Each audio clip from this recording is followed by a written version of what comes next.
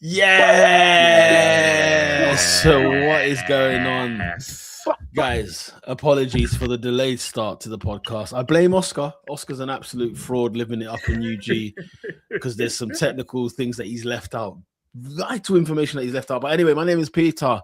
I am an Arsenal fan. I'm joined by Rubinho, a Manchester United fan. Oh, swear down, he's got the bottle, bruv. Wow, he has. Wow. Happy New Year, everyone. God, that's how we're going. We're joined by AD, a Liverpool fan. Can't lie, New Year, new me. Any pauses? Basically, I'm going to be the first person to either call out a pause or to cause a pause offense. I'm just going to let it go. Hopefully, fingers crossed. That's my New Year's resolution. I'm not going to be number one. I can't say I'm not going to be number two, but I'm not going to be number one. Let's go, man. No gym.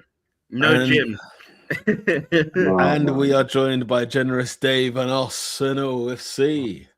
So you mean Chelsea fan? Huh? Chelsea? Why is he Chelsea? He's a Chelsea fan. Yesterday, No. It's too early to do hate watch. Guys, it's been a mad start to 2026. I'm minding my own business. Let me collect my points, and that's it. That's it, boy. I'm minding my own business, bro. Guys, the stream has been a bit of a mad thing the last couple of weeks, as you can imagine, as you can see for yourselves. But we are finally here. When Oscar gets back from UG, then we'll be normal service resumed. Because literally, we can't do nothing until he gets back. Who would have thought it? But let's get into the comment sections very quickly before we get into a lot of the nitty gritty. Let's have it correct. There's a lot to dive into today. Miraculous Miri, shout out to Mirad. Good evening to the greatest football podcast to air on a Monday night when the campaign is full steam ahead. Next up, Old Trafford in 2 weeks to see City drop points again.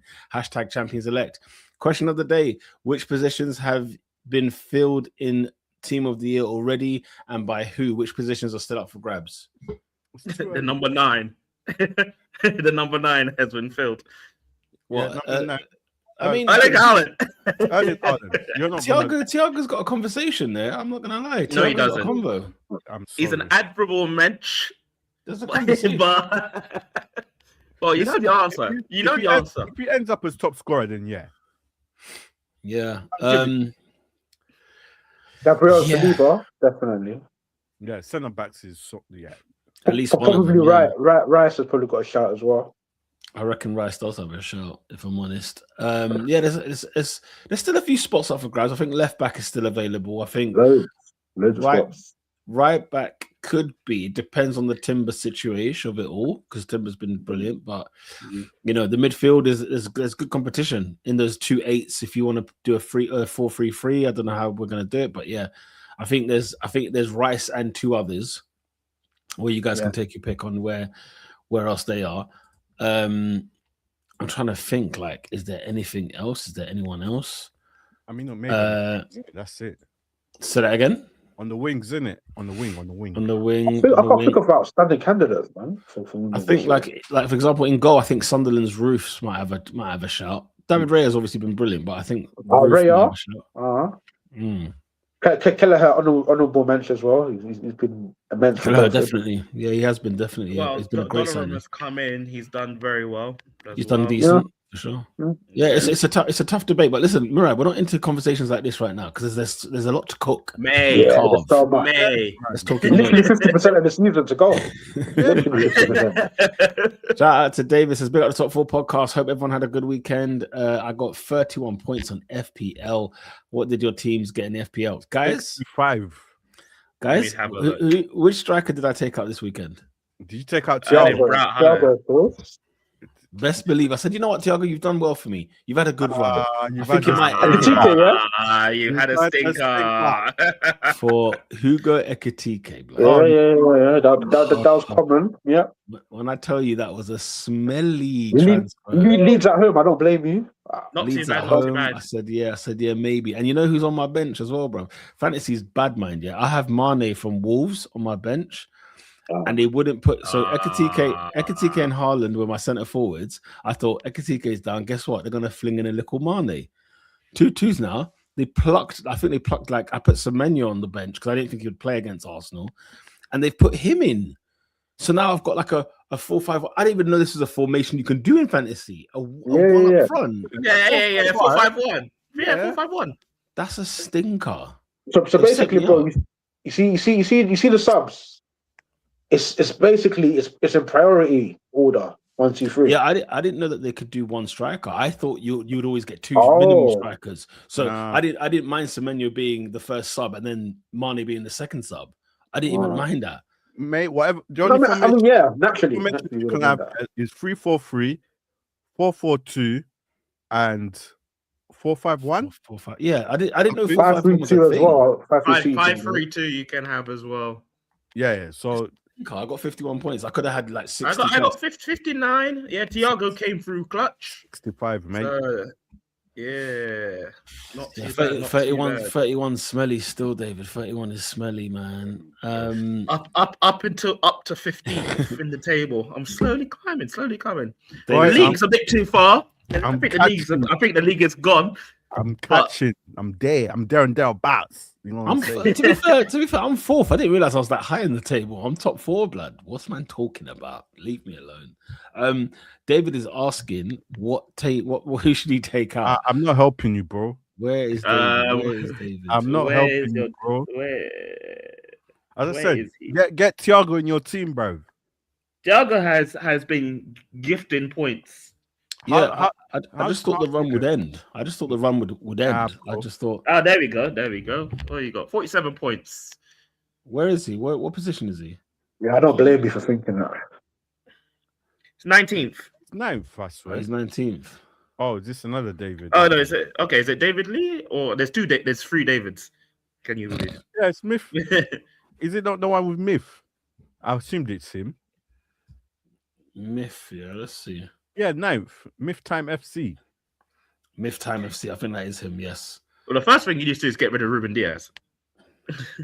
God, he had Thiago on the Yeah. bench. Yeah, Thiago Yeah. on the bench. And Cash. And Matty Cash. You had 5 points. You've had a stinker there, mate. I'll tell you the first person you need to get out is Dalot. What's he doing in your team? First and Yeah, foremost. having Dalot on your team is Having a Dalot on your howler. team is a howler. and he's cost you that Matty Cash. He's cost you the cash points, mate. But yeah, I mean, it's not too bad. Get Thiago in your team, bro. He's the form guy. He is the form guy. But They're when always- does it end? I would take out Trossard personally. Trossard? I don't think you can rely on Trossard in the No, FPL. do you know why? No, do you know why? Trossard's got it's like the most goal contributions for Arsenal this season, I'm sure. What I'm saying, he's not a regular. It's not hard, He's is not. it? He's not a regular. He's always rotated. He's always retained, but he's clutch, man. He's too clutch. You Trossard don't in the know. back. Trossard in the back pocket, bro. What? That's a Nah. clutch move. That Yeah, one it comes in handy still. Shout out to is this Nat who says big up Adidas football. Interesting. Question of the day: what music? What is the one music genre you wish had a revival? For me, it's Euro dance. Too many bangers from the 90s and early mid 2000s. What do you guys think? I love some Europop and Eurodance, man. It's all good. Bro, I don't care, man. A revival. My first CD was a Europop song. Can remember that? It's got to be grime for me, man. I mean, it's having a little mini revival, to be fair, but like I want the mixtapes again, or like I want the mixtapes. I want the the Risky Roads, the Practice Hours, Lord of the Decks. Cyphers, But Bear my Woods in question the to you background. is grime a main genre? Ah, No. come on, man. It don't matter. That's not what he asked. Yeah. That's not what he Okay. asked. No. The reason Yeah. why I ask is because I don't believe grime ever died, if that makes sense. Oh, I think it stank bullets for years. What are we talking about? No, but I'm saying there's a difference between Did you, stinking do and dying. you remember when I your don't think boy it died. do you remember your boy Skepta when he started singing Sunglasses at Night? That it was in Yeah, hell. Grime Yeah, was but in that's hell. the mainstream. That was mainstream. That's Because- going mainstream. But Skepta did it, then friggin' Wiley did like Green Chip- Light. Chip- Remember Rolex Dizzy Room. Rascal? Chip? Dizzy Rascal did it. Dizzy, yeah, but Rasket done it when everybody was still doing grime. Different story. We're talking the whole genre, The whole genre moved, mate. like the you know, like the Four Horsemen got up and went elsewhere, and that was it. Then you were left with not even like you have Novelist, for goodness sake. Ooh, ooh. even I mean D-Double as well. He went through like a dubsteppy vibe at one point. Like 09, 10. Oh my god, yeah, because he was from jungle originally, so he kind of went back that way. But I Right feel now- like That's grime is surprising. just personally, it's just UK. So like when he says genre, I'm like, are you talking worldwide genre? Or are you talking specific to the UK? That's just my question. I mean, just like and I don't know. I don't know if you. I've heard about. I learned about this term this last week, right? Tribal house. I was like, what the hell is this? Tribal house. But like, not for me, you mate, not for know, me, like, What is this? A revamp of Funky? it's like the Marcus Nasty Mac 10s at the minute. You know, like that kind of like. It's for the olders. Do you know what I mean? It's kind of for the. It's like Funky for the olders. It's decent. It's good. Like, I was bouncing to it this weekend. It was good. But yeah, I mean. That's what for me. Like I'm talking like the gritty grime. I want to come back where there's you know, like men are in the block doing freestyles. It's too that clean kind of now. You want that pirate radio? You I want want that? that pirate. I need that crackle. You know what I mean? I need that Play man in the booth. Bro, yeah, man. Because even like man just in a random warehouse in Canning Town. That's what you want. Man, top of the flats. Because like passing the mic like that. You know what I'm saying? Because you know, tap like the man on the shoulder, let him know he's next. Because even like when it was on Westwood and stuff like that, it was just a bit too polished. It was too polished for me. I don't need polish. I need grit. I'm seeing grime videos in 8K now. I'm saying that's what I'm saying. It's not happening, bruv. Everyone's gone to podcasting, bruv. And they're all podcasted now. Everyone's talking about then. All the artists are all podcasts now, bruv. It's done. It's not coming back, bro. Yeah. Yeah, I mean, it's not coming back. Obviously, in as you would like it to, but yeah, definitely not. But yeah, that would be one. What about what are you guys saying anyway? I mean, somebody mentioned R&B not long ago, talking about like that. Yeah, that's going to be my one, R&B, because what's happening here? Guys, music is done out, man. AI is making music now. I kid you not. There was one song I heard. I said, "Who is this?" And I found out it was AI. I said, we're finished. It's done. Yeah. I said, we're finished. Because I was popping to it. I was like, it's sounding good. Yeah. Bro, I watched The Apprentice like a year ago, yeah? And one of the tasks was to like market an AI artist. And then they were like, oh yeah, this is so visionary. This is ahead of the curve. Like it's going to be massive. It's going to be such a lucrative industry worth billions. And lo and behold. Yeah. Lo and behold. Yeah. So comments, bub. We need to get into it, mate. Today's podcast, mate, is you get what I'm saying. Let's get into it, Murad. You know what I'm saying? We have to keep on task, keep on job, keep on topic. Because guys, we got everybody woke up this morning, went about their business. Some of you went to work, some of you learned something, some of you had a leisure day. Yeah, some of them were popping champs, right? Because we here today. The story. I'm going to start with today's story first. 10 o'clock GMT. 10 p.m. we got the Orny bomb. The Orny bomber. You know what I'm saying? Yeah. I nearly made you slip there, AD. Nearly made you slip there. But David Ornstein says that Ruben Amorim had been sacked by Manchester United after, what was it, a relational, what did he say? There was some relational breakdown. With Wilcox, director of football. The relationship breakdown, and that Darren Fletcher, not the commentator, but the former Manchester United player, is going to be taking over as interim for the time being. Guys, Ruben Amorim, Robinho, what was your thoughts? What was going on? Where did this come from? Guys, so I didn't find out until an hour, I'll say about 45. When I sent that message in the group chat, that's what I found out.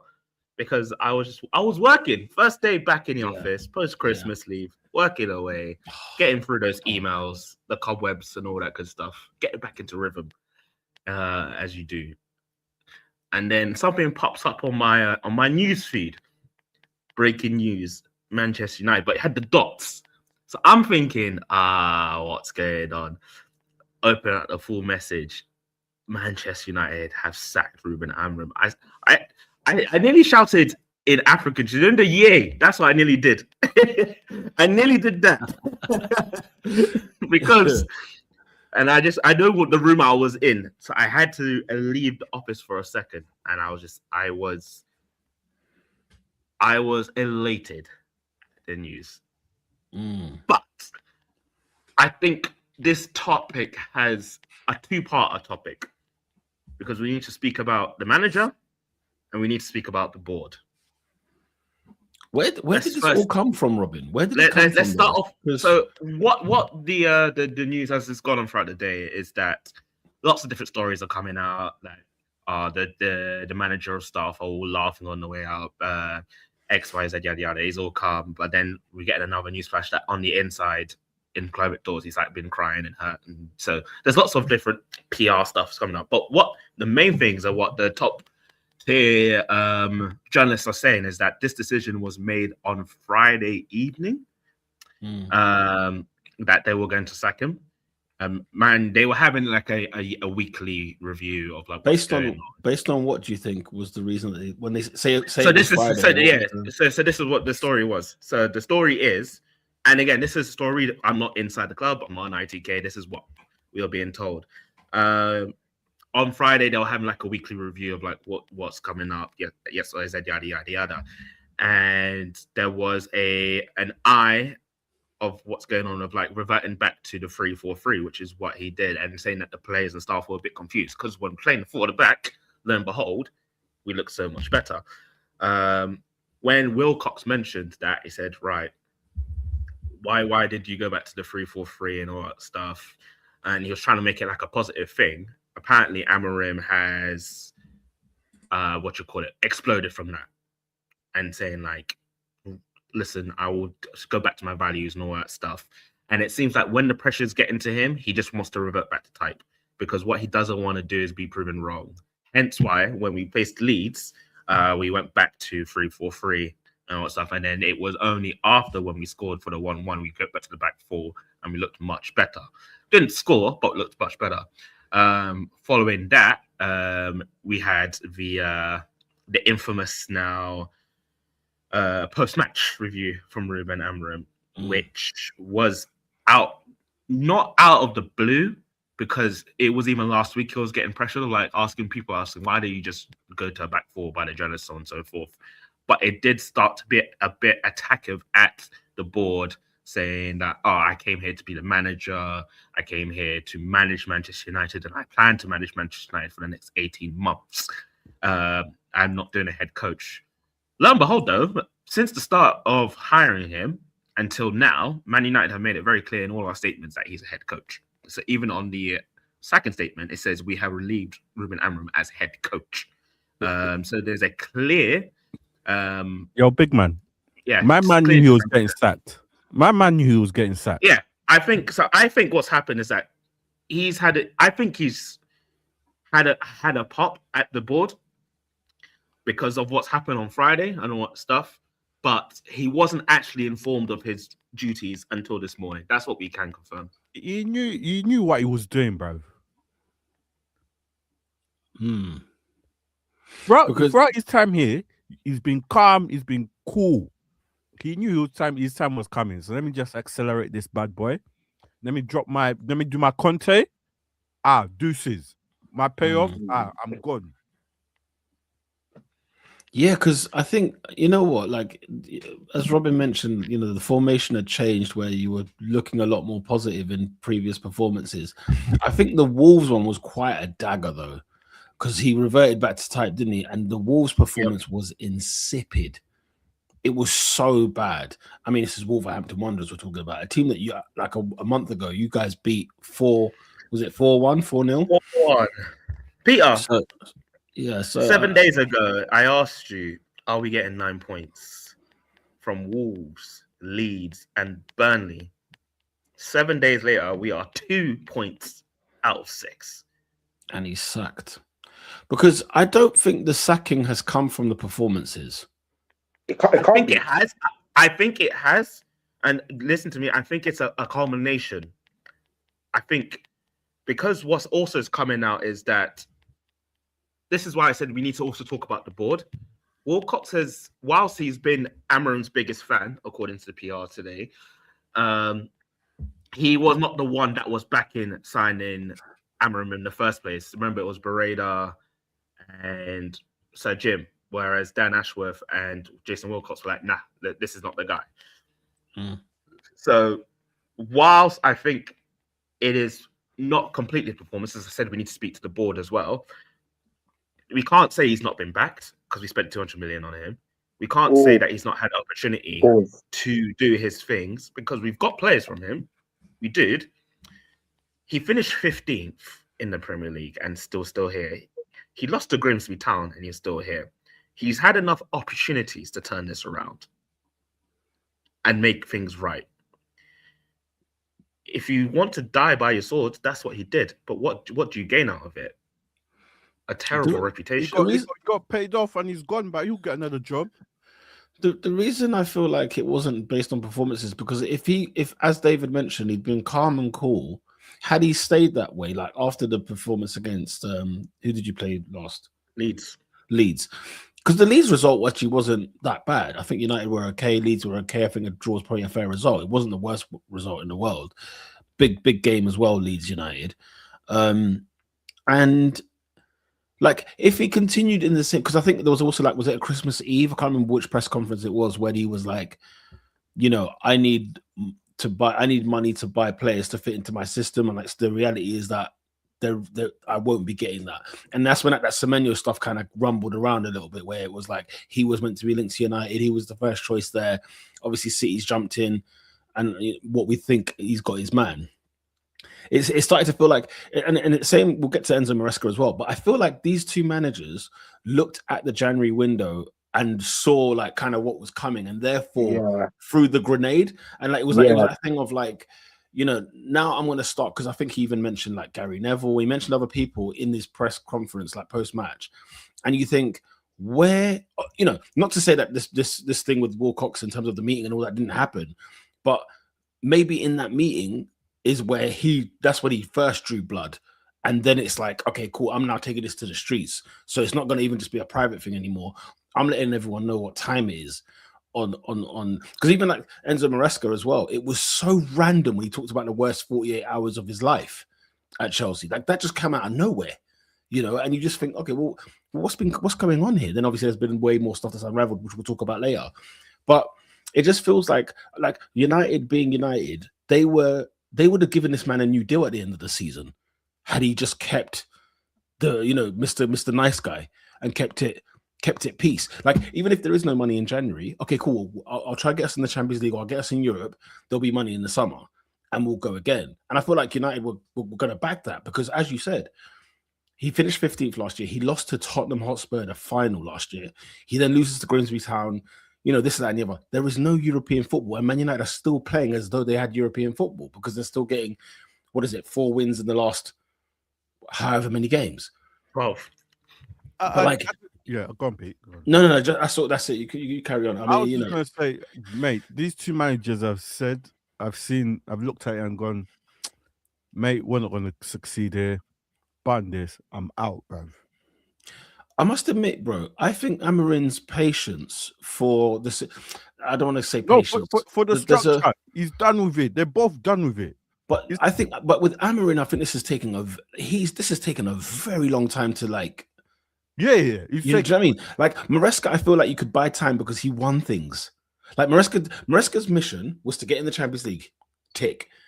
It probably wasn't even to win the Conference League because it was like, oh, whatever, it's a nothing cup. He won that anyway. He then won the World Cup, the Club World Cup, right? Like Maresca, it's almost like he's got credit in the bank. He's got credit to rinse the board with 2 trophies on each hand. And you know what I mean?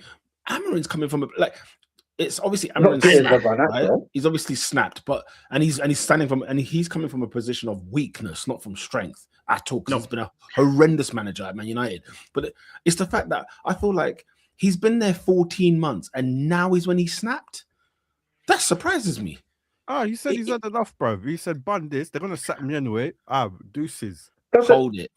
How much does it surprise you, though? He's done a content.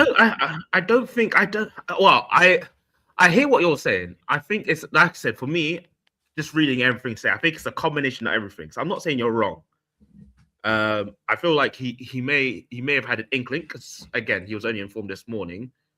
But at the same time, when people have been questioning, did you see how I watched it all. Do you see how him and his missus left their house, bruv? They were grinning teeth, man. That man knew what was coming, man. He said, Is there sunglasses though? It was. Yeah, but that's it was what I'm not- about to say. I was like, yeah, no.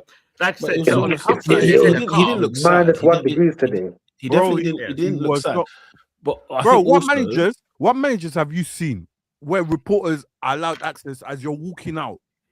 Apart from Jose Mourinho, That's his yard. Mourinho, yeah. I don't remember anyone else where photographers have got that close, able to take them close shots. Like He's always making a leaving in the statement with car. that. They're always leaving in a tinted car and blah blah blah. My man's happy, blood. He's got his pay, Got and his he's pay and he's got rid of the stress that he's Yeah, been, peace. because he looked like a man that was definitely under the stress from last season. Like last season, we watched a man like he was beaten up in the press conference, talking like we'll try and do things, we'll try and work out, we'll try to do this, and it's like he was like, how is it this bad here? Yeah. Like, what is this? But listen, let's not act like he's exempt from the failure. He's very much part of this problem. He was very much part of this problem. Do you get what I mean? I will say, Peter, as I'll repeat, Manchester United need to clean house. The problem is board. David, when you say clean house, do you mean get rid of the board too? Because that's the problem. Ineos red card, they need to go. Yeah, they have to go. If Man United fans are serious, the Glazers and Ineos need to pack their bags and go, bruv. Because you know what's funny, David? Even with like we agree, Amorim should have never even stepped foot on the turf this season, right? Yeah. But the realist talk is, where do Man United go from here in terms of appointment? Where do you go? And do you trust this man to get it right? Who? Because that's the second part. That's the second part that I wanted to get on, because let's keep it a buck. Let's look at Ineos so far. Since they've come in, they kept Eric Ten Hag after the FA Cup first. Way too long. Gave him an extra, how much? Was it like not 200? 250 million. They bought Highland, Delay, Ugarte. So they gave him about money and all that stuff. Sacked him in November. Brought in Ruben Amorim. But before even bringing Ruben Amorim, they went for Dan Ashworth. Pounded them out of Newcastle, and then that only lasted 3 weeks, and then gone. Now they brought in Ruben Amorim, a guy that said he wanted to come in the summer. They said now or never, because this is the opportunity. He's been adamant about his 3-4-3 system from the start, and this is how he plays. The only way how he knows how to play. He has stunk up the joint, Ruben Amorim, and his firing is 100% justified. And he needed to go. That is something we're all clear about. However, you had ample opportunity to rectify the situation when you can realize he's not good enough. From the Europa League final to finishing 50th to Grimsby Town, there was many opportunities to get rid of this guy and save face. It's now. It looks like Robin, at that point, could they really save face? It's looking worse for them now. No. After the Ten Hag highlight, you yourself, as a Man United fan, they've sacked Ten Hag late. You think they should have gone? He should have gone in the summer. They sacked, and then they sacked this one, another one. Yes, but I'm saying after the disastrous season last season, they should have got rid of him then. So they've had opportunities to rectify. Still a mess, but rectify. We are now halfway through the season. Now we have to ask these questions. Who are we getting in the summer? They don't know what What's they're the doing. star? And the thing is, Ruben, I genuinely think this is the manager that was going to be here till the end of the season if he did not lose his top. Because had he continued in the same I vein, agreed. He would have been the manager for the rest of the season. After Grimsby Town and after the horrid September, I just came to my senses like, this guy is here. Like, I thought they were going to go full on Arteta. We're going to back him no matter what and see how we go through. Because remember, Sergio said he needs to be judged after 3 years. So that's what we're saying. Robin, here's the statement that I saw on Twitter. Luke Shaw has survived another manager. Can you imagine? Yeah. Can you imagine? Guys, you need to clean house first. Because you're not gonna build anything on top of the rubbish you've got. But the thing is, David, they've got no money. They've got no money now. And I think, you're looking at that back. I'm looking at the back, whatever 3-5, whatever you want to call it, against Leeds United. and I'm watching Lenny Yoro, I'm watching Heaven, I'm watching, you know what I mean? I'm thinking, this is madness. How, like, look, it's the repetitive thing all over again, isn't it? It's how is Man United this? How is it this? How is it that? But I don't think I realized even more how much more deeper in the crap they're in, because even with this sacking now, like they the only, and Man United have to learn this lesson. I don't know why they don't learn this lesson, but they have to go for the big gun. Yeah, they have to go for 100%. somebody. It was always the answer. The answer was always go for a big dog. You do not go for these Thomas Franks, these friggin' Ruben Amorins. You don't go for this little, you know what I mean, the Ten Hags, all this football manager lot, right? You don't go for these lot. The So where did they go then? Peter, but we've got a problem now. Football has changed. It's You can still get a big person. No. Hear me. Let me finish. We're not only certain clubs do the Alex Ferguson Wenger model now. Like Aston Villa, I can name him. Aston Villa, they've handed it over to him. You do your thing. They got rid of whoever their sporting director was. Arsenal to some Monchi, you know, big name. Arsenal to some point, I think, is more collaborative. Yeah, Mikel's the manager. No, he's the manager. Man. Yeah. They changed his title, for goodness sake, because he was already doing it. Yeah. So you got Man City. Even, I'll probably say Man City as well. Yeah. But that's more collaborative. There's quite a collaboration. Yeah, there's a big collaboration, but yeah. Everywhere else, everyone, you got a director. Liverpool, I think they've got their committee. Yeah. Man United, and it can work, but you need to have the right people in place. Since David Gill and Alex Ferguson left that Old Trafford, it has been a disaster. Nobody knows what they're doing. Stealing money, cars, all these executives, bruv. Yeah.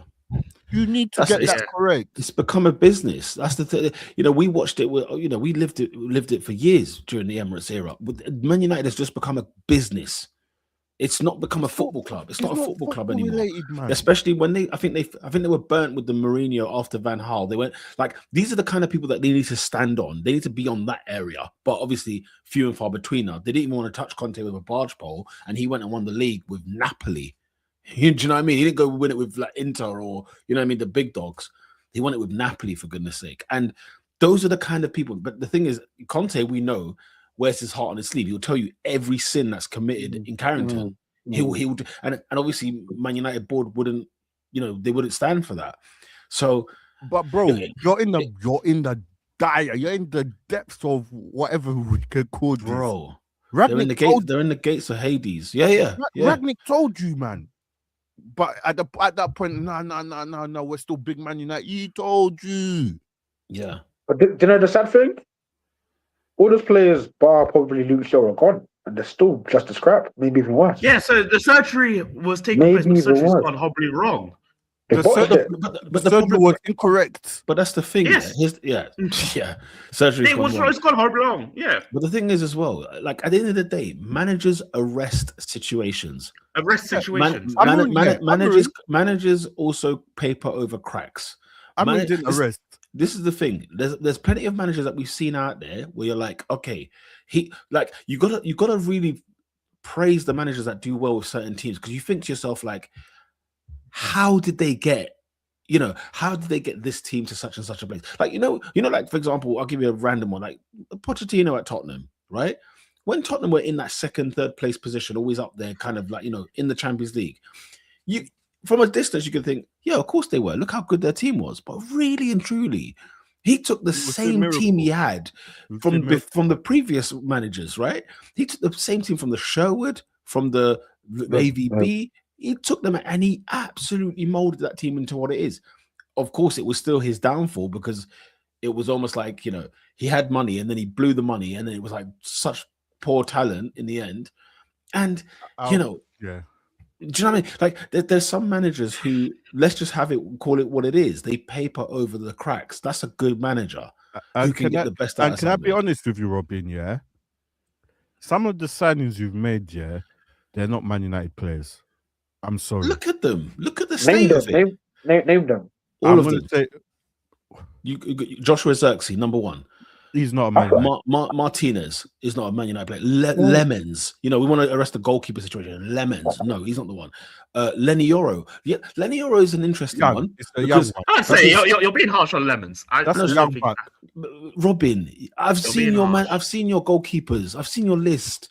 Yeah. Look at you. Go back and look. I know. If you want me, who our number twos are, go look at your category of goalkeepers in terms of the goalkeepers that have been worthy to wear the Man United badge. Hey, if you want to go Lemons down is that not in route, that conversation. if you want to go down that in between Van der Sar and Schmeichel, that period, hey, them goalkeepers. Well, between Schmeichel and who? And Van der Sar.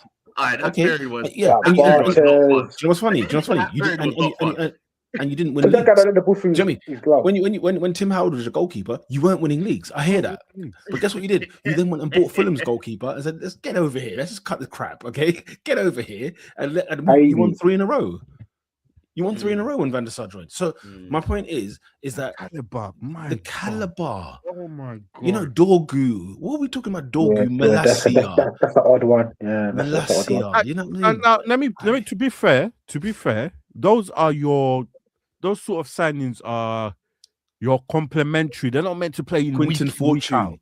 Yeah, you know what I'm saying? Park. Yeah, exactly. That's what they are. Players. You don't make them the starting 11. Darren Fletcher. You come in and that out. Dutch era. Oh gosh, they just play. They're only supposed to play 10 games in the season. That's the only time. That's the only time they're getting. Them man are getting more minutes than Timber. Plus the cup. Guys, no. Man United, guys, you need to look at your team and say, no, we've fallen. This is not news, and I've been saying this for nearly 10 years. This is season 11 of this podcast, so this is not news. And once again, you're preaching to the wrong people here. I am well aware of what Manchester United are and where we are and what we need to go. But that's the question. Where do you need to go? I genuinely don't know the answer to this question. So if we're talking about short term now, we have a position where the season is not over. Things can still be. So that's the thing. I don't know who to choose. In your opinion, Robin, for example, that you're because what's happening now is that Darren Fletcher is taking over at the least the Burnley game. So they're not saying he's coming full time, and they're saying they're looking for someone in the interim until the end of the season, and then full-time manager from summer. That's what we're hearing. Don't know, Peter. Who do I? Don't waste your breath. I don't think there's amazing. anyone that is like a standout. Robin, for me, I won't lie to you. As I said, and I've said this many times before. What happens off the pitch affects what's happened on the pitch. Off the pitch needs to get sorted out first. Them man there. That won't get sorted. That won't get sorted until the summer. Them man. I don't trust them man there to pick the right money. I don't trust them. Do you know what, though, David? Do you know who I think they should actually probably go for? I think they should just get Eddie Howe. I think get Eddie Howe. Why? Why Peter? Because he will overachieve, like he always does. He will overachieve. Proper gaffer. He will overachieve. Now, when it gets to, let's say, for example, Eddie Howe's got United 2 years in a row in the Champions League, right? So now the money's come back and they're ready to start spending big, right? Will he be the man to take them to the top level? You don't let him touch. You don't let him touch that kit. You don't let him. Don't let him even know it's even in the account. Remains to be seen. But if you're talking today, because you know what I can see them doing, they can go. They'll probably go down the Graham Potter route. They'll probably go down because there's really nobody else. In fact, no, 2026. Fletcher could go until the end of the season. You know what I'm saying? At the end of the day, like when you look at the top boy managers that are available, I think the only one available is like a Zidane, isn't it? There's nobody else. It's Zidane or Xavi. As in Xavi Hernandez from Barcelona are the only ones, really. That's the thing. But the thing is, you get Xavi Hernandez, right? Again, he's not gonna stand for your nonsense. He's worse than Maresca. He's gonna go in there and blow the whole place up. And the truth is the thing. Here's what it is. Unfortunately, Man United right now, this is the Sir Jim Ratcliffe club. Okay, so if you're not in line, we're looking at Chelsea right now, right? If you are not a yes man for these guys, you're not involved. So that unfortunately, I feel like the best yes man you could get is Eddie Howe, because there's a lot of yes men who are horrendous managers. Yes. Awful managers. So, okay, of the Ruben yes Amorim. men, I mean, Amorim wasn't really a yes man. What he was, he saw an opportunity. But he was digging it out in Sporting, and he thinks Man United's not to my door. Holy smokes, I better get over there. Yeah, This get guy, over there. this guy nearly went to West Ham. That's what he thinks of Portugal, of his own country. He nearly went to West They're just Ham. looking for a way out. Bro, the Sporting players, they just went on strike one year. They just said, no, we're not playing. So we're not doing it. I got Patricio at Wolves for crying out loud. Even Bruno Fernandes was part of that. Yeah. So like, when you see certain man, like it's unfortunately like they should go to Napoli and say, what's the compensation to get Antonio Conte? Right. But they're not willing to have the drama and the headache, the chaos, the exposure that Conte will give Man United, right? So okay, fine. So we can't go for the big boy managers because the big boy managers are about this life. They're about hotting man up. Yeah. Because name me the top. Because even somebody mentioned in the chat, break the bank for Klopp. Now, here's the thing: Klopp is too much of a it's too much of a scouser. That will happen. It's too much of a scouser. Clear that up, but I get the idea. Though you get the principle. I get, but you get the idea. Yeah, you get where Meredith's coming from. Yeah, because at the end of the day, it's like they have to stop mucking about and get serious. Because what we've seen these last since Jose, they've just not been serious. Maybe no, Oli was probably a serious time-ish because they were recruiting big boy names, right? But like after that, like Ranić came in and said, "Look, okay, guys, let's have an encounter." Right? And they went for the encounter and said, "Nah, do you know what? We don't want any part of that. You're all right. See you later." And then it's just gone to a mess. And they thought, we will try, Amorim's the next thing. We'll go for him. Ten Hag was the next thing beforehand. Remember, people spoke highly of Ten Hag. You know what I'm saying? Like they've got to stop this. But unfortunately, as you know, you guys know the United board well enough. You know full well, guys, they're going to make the wrong appointment again. We know it. They're going to make the wrong appointment again. And that's why, when he got sacked, because normally when Man United sack a manager, I always get a bit twitchy because I feel like they're going to get it right soon. They're bound to get it right soon. But this ownership, absolutely not way. Yeah, the two big decisions, extending Ten Hag, and then Amorim, like realistically, Amorim should have left that Europa League final. He should have left there in employment.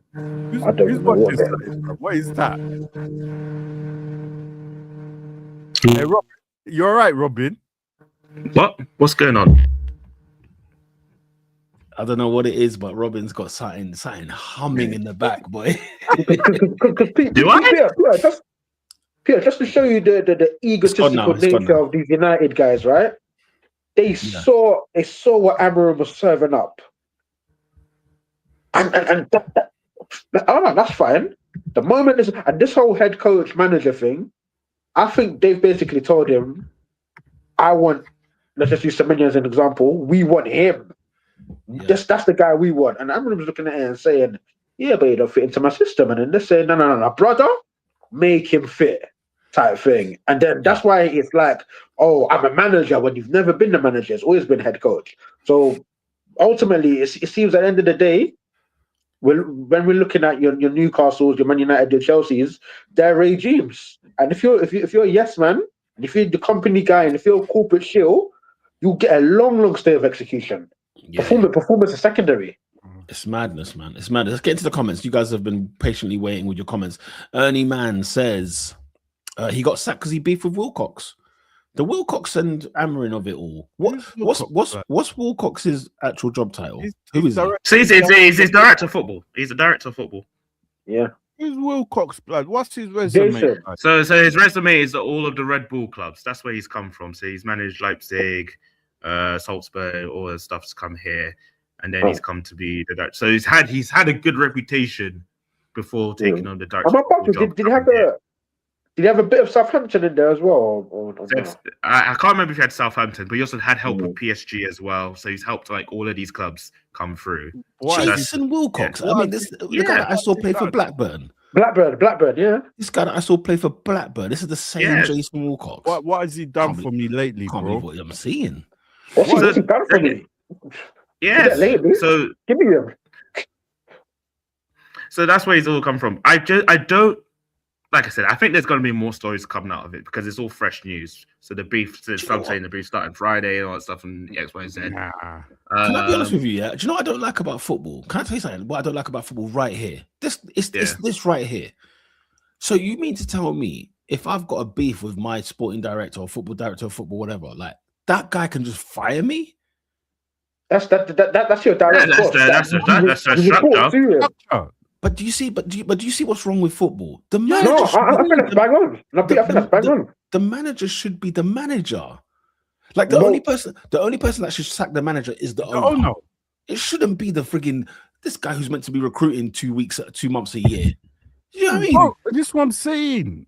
And when you say direction, like is he somebody who directs what football Man United is going to be looking like as a club entity And going this, forward? Peter, Yeah, you is he- right is he- there. So the work. So that's what he does. So looking from the under 15s, under 18s, so the stuff in the youth level is good. It's when it gets to Oh yeah, first team. when it gets to under 21. Well, yeah, what I'm saying, when it gets to under 21s and the first team, that's when it goes. And But So yeah, yeah, but yeah. Ruben, like, do you think Andrea Berta is sacking Arteta? Do you think that's actually going to happen? No chance. No, but Peter, here's the thing. The model's not the issue. It's the implementation of the model. Because at Arsenal, and there's been disagreement between the two.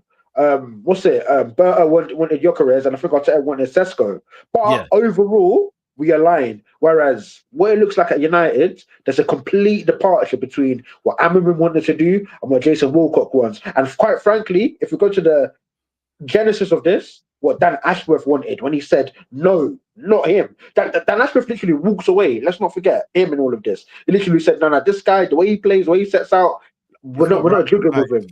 Yeah. No. So It's not right. It's all meant to be links, bro. But that's the thing, though, yeah? Like, I am gobs. Like, Guardiola ain't getting sacked by the director of football. Do you get what I'm saying? No, like, he could. He pulled them in. Oh, I see what you're saying. But like, do you get what I'm saying? Like, we're talking. You know, when you said when you mentioned about like two, Gyökeres this and whoever else that, right? Exactly. If we're talking about recruitment of players, totally understand that. That sounds like it's in the remit. We're talking about the recruiting and firing of a manager. Peter, I need to add on to that. Guardiola, the structure was set up for Guardiola to come in. Yeah. They bought his guys. They brought his guys in. Yo, Guardiola. They were recruiting for 2 years. One when he wanted his break, and then the other time when he went to Bayern.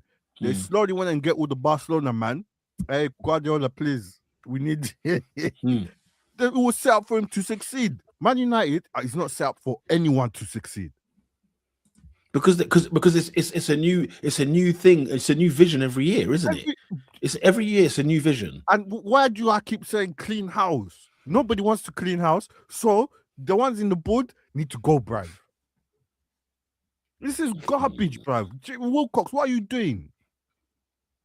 No, this is your vision. And then is Wilcox fully responsible? Is Barada fully responsible? Is Sir Jim? Like, let's get on to Barada. Everyone was making noise. We've nicked him from City. By the way, is this what you were doing at City? Yeah. Please tell me. Now, so these are the questions. So we need what's his job? What's Barada's job at Man United? The CEO. So you're telling me this is how you were running Manchester City, bro? Look at this. We nicked one of the best from City. With Weekend City. What are you talking about, bro? What are you talking? Is this what Guardiola and them man taught you there? Yeah. What's the executive? Soriano. This is what the Sheikh here was employing you to do there. And you brought this to big Man United, blood. Nah, clean house. Everybody needs to go. I agree with Baraka here. The smoke that Clear Lake gets, and rightfully so, Ineos need that smoke too, especially from y'all media folk. Yeah. Honestly, Ineos get away with clean. Do you know why? Yeah, go on. Man's passport in it still. I hear it. I hear you. No, I hear you.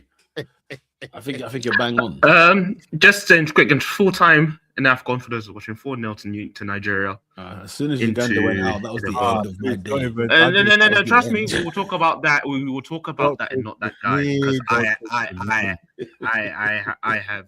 Don't Issues. talk to me, bro. I have big issues. Very big issues. But yeah, Ineos, they have been nothing but a failure. An absolute Robin, failure. To wrap this What have up, they gone right since they've been there? What have they gone right? No, that's what I said. Like I said, it's been an absolute failure.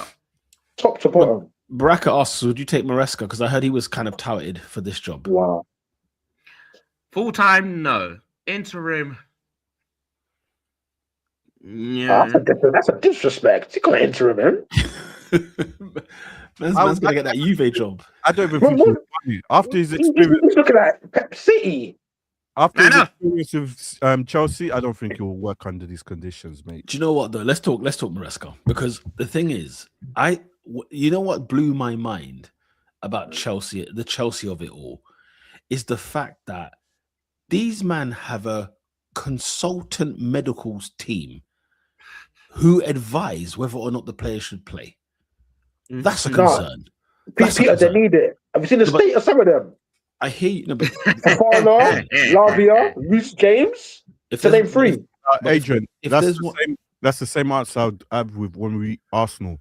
Why is our players always injured? You keep signing injury-prone players. Brother, here's the thing. I can't play 3 games in a row. But are you David, all right? David, you can't be the head of the physio department, right? And have staff under you that are Chelsea contracted staff. And they're telling you. And then you've got another company that have come over to assess the medical. Maresca looked at this and thought, what the hell is going on here? They're telling me I need to play Garnacho 60% of the time. Are you crazy? I know. Let's have it right. You know what? Yeah, Maresca was wrong with playing these players before their time because obviously they were getting injured. They were getting injured anyway. But I am astonished. You know, this idea, like, you know, he was talking to Man City about the managerial job there in future and all this that. He's done it in October. He did it again in December. Right. He told Chelsea, he said, "Look, guys, just to give you a heads up, I'm chatting to so and so and so and so, right?" Because remember, he also got, was it George Mendes? Is that now his agent? Yeah. Do you remember when he did that move? That's when things started to get wobbly because Mendes was on the prowl to find this guy a gig, especially after World Cup win, you know, conference win, top 4, after winning the championship with Leicester City. This guy was like, listen, he's got a good CV in the last 3 or 4 years. This is a good CV. So where can we take him? Right, Juventus was a big one, and Man City. He's spoken to Man City and Juventus, and he's told Chelsea, and Chelsea said, under no circumstances are you allowed to talk termination. Guys, there is something. Chelsea since Roman has been gone, it's not a football club anymore. That's not a football club. It's not. Do you know the issue? It's not Roman leaving; it's who took over. It's the same thing with Man United. As I said, since Roman. I said Man United, since Ferguson and David Gill left that building, became a business. Since Roman got forced to sell Chelsea, it's a business. I don't even know what they're on anymore. Is that what you're calling it, a business? Because this it's a company. I mean, is it a company? I mean, this idea of like I buy something and then I let it play for a year and sell it for the amount. It's Chelsea's soccer franchise. What do you expect from this? The new regime, the current regime, have spent £1 billion. 1.7. 1.7 billion. So hear those figures, guys. 1.7. Look at that squad that they've bowled up to the Etihad with. Look at that Ben. In how many years, Peter, by the way? I've not seen any other club in history spend that kind of money. Even Man United. This is money. No, this is money laundering. But this is different. This is different level. This is money laundering of the highest level. It is. It's laundering. It is. That's what this is. Because you can't just buy 30 players to just spin the block and then sell them. Like have you seen what's Real Madrid done? Who's the kid that Tottenham wanted in the summer for 70 million quid? Was it not Hendrick? No, so Real Madrid sold a player to. Oh, where did they sell him to? Let's just say Sevilla, for example, for argument's sake. They've sold him to Sevilla. Tottenham then went to go buy that player for like 70 million quid. Madrid then phones the kid and says, just stay where you are. We've got a buyback clause of 8 million euros. We'll buy you back next summer. Right? So just watch this space, by the way. In the summer, they were about to buy back a player they sold to whoever to then, churn on them out and again. then sell. 70 million. Because if Tottenham are going to pay 70 million for a kid, we want a piece of this. He can't be any good, though. Tottenham.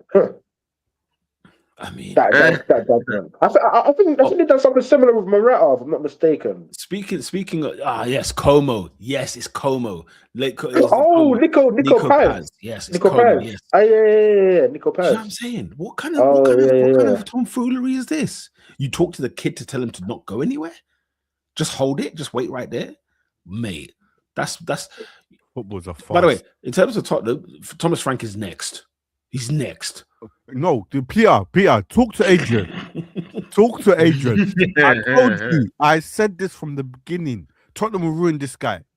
What did we say, David? What did we say in July when the man was appointed? What did we tell you, lot? I told you. Oh, Madrid have already bought him back for 8 million quid. There you go. This is Lord of the Ring. This is freaking fraudulent behavior. But yeah, Frank or Nuno, take your pick, because Nuno's about to hold corn tomorrow night. If West Ham at home get beat by Forest, pray for me. Pray for me. Listen, David. David, don't leave the stadium till 1 a.m. till the coast is clear. Till the coast is clear.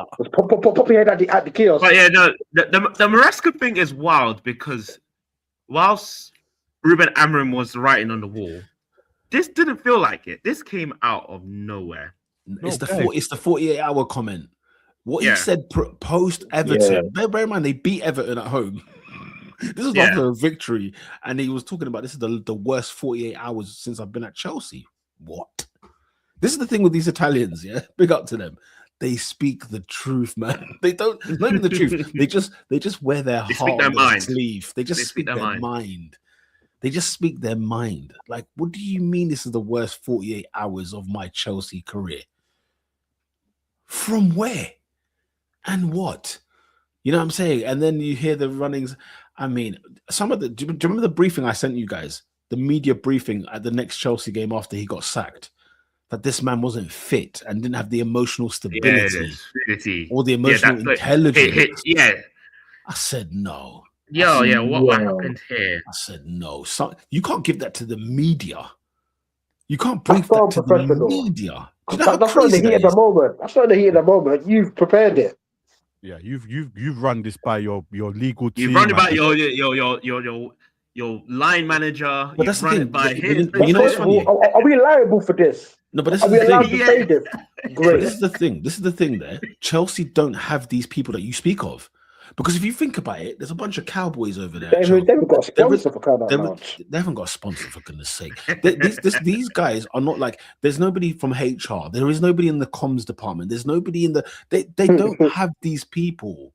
They don't have these legal people. What they have is big deep pockets of cash, and they think they can just do as they wish. Cowboys, legit cowboys.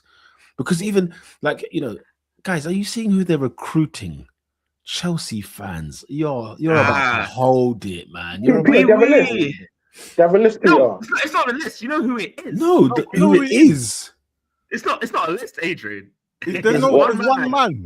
There's one man who we've seen fly in from France today in London right now. All right, okay. Yours and mine, former Fulham man, Liam Rossigna. Are we joking? Big up Leroy's son. Are we joking? No, guys, are we joking here? Because that tells me very, very clear. Chelsea is not about winning Premier League titles. It's not about winning Champions Leagues. It's not about any of that. It can't be. And Maresca, just like Amorim we spoke about, Maresca said, "You know what? I've had enough of this BS. I'm done. I'm about to throw man under the bus. Peter, He you get from told this man, guy's perspective. Oh, right, I've got you right. My first season at the club, I've got you top 4. Check. I've won you not 1 but 2 bits of silverware. Check. We're in the Champions League now, and you signed Garnacho and Jamie Bino Gittins. Oh, come on, allow me, man, allow me. I'm not trying to hear it. Bro, if Gittins was playing for Nottingham Forest, would Chelsea have signed him? no. Yes. It would have I been say too much yes. money. It would No, have been no, too no, much no, money. Peter, they would have. It would have been too much They money. would have. It's a normal They wage. It's a would normal have. game. They would have. They bought Garnacho for 60 million. And also Peter, they this would've. whole flip thing. How are you gonna flip that? Who's gonna take them out of your hands at a profit? They think this is like Notorious B.I.G. Like he's gonna, Told you. It's a buy an ounce. franchise, Peter. Chelsea soccer franchise. Get it right. No, this guys, we are watching, and I'm happy to see this, but we are watching a football club get turned into ruins. Amari Kellyman. Who's that? But the thing is, here's the thing with Maresca though. Yeah, here's one thing I will say: 1 win in 7, and he started talking tough. And then also at the time when he's chatting to Man City and they're like one win in 7. That's crazy. That's crazy. 1 win in 7. I'm sorry, guys. But that's crazy. That's sorry. crazy for Man City, though. What's that? What's crazy for Man City? Why is Man City chatting to him? I mean, you know what I mean? It's previous employment. You know what I mean? He's probably had one call. You know what it is? It's probably a WhatsApp message with one Don in the boardroom, yeah? And it's become this overblown thing. You know what I mean? Like he used to work there in 23. Like he wasn't that long ago. I wouldn't be surprised. I wouldn't be, yeah. It's just a WhatsApp call, bro. It's a FaceTime, you know what I mean, with a glass of wine, bro. You know what I mean? That was what it was. I bet, yes, even as simple as like Guardiola said, you know what, guys, yeah? Yeah. Go have a little chat with my man, innit? Still, innit? Yeah. I mean, Guardiola's always teetering about whether or not he's staying, he's adding a new year, or he's going to leave after the next year. Meanwhile, Maresca's got a contract till 2029, which was news to me, by the way. So he joined the company. He was part of Death Row Records, man. That compensation, bro. Do you know how healthy that compensation is?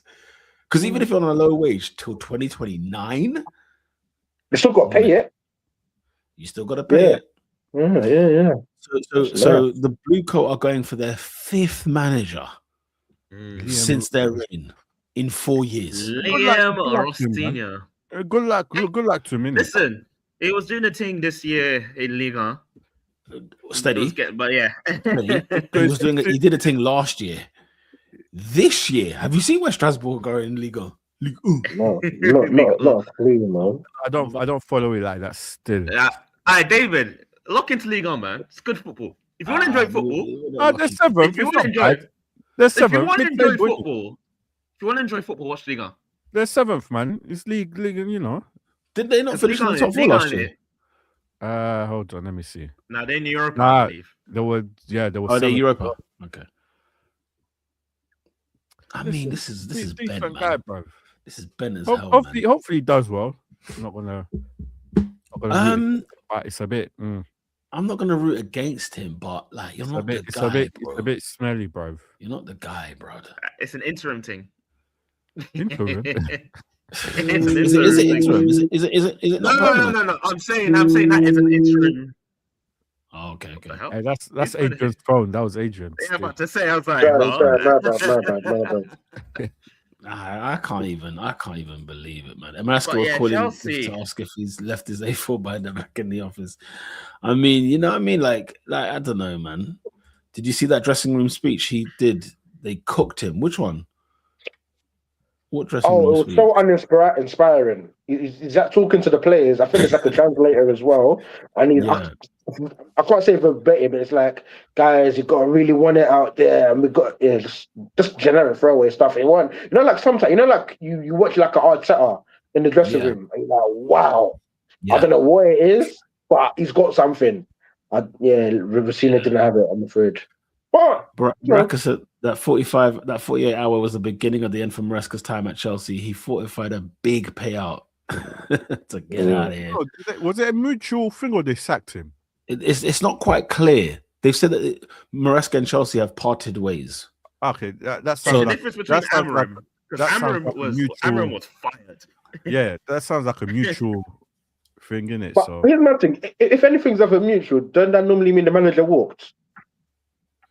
I feel like they both just disagreed on something. So, like, say Maresca's like, I have no problem talking to other clubs, and Chelsea are like, we don't like that, and then he might be like, well, I don't like the fact that you don't like that.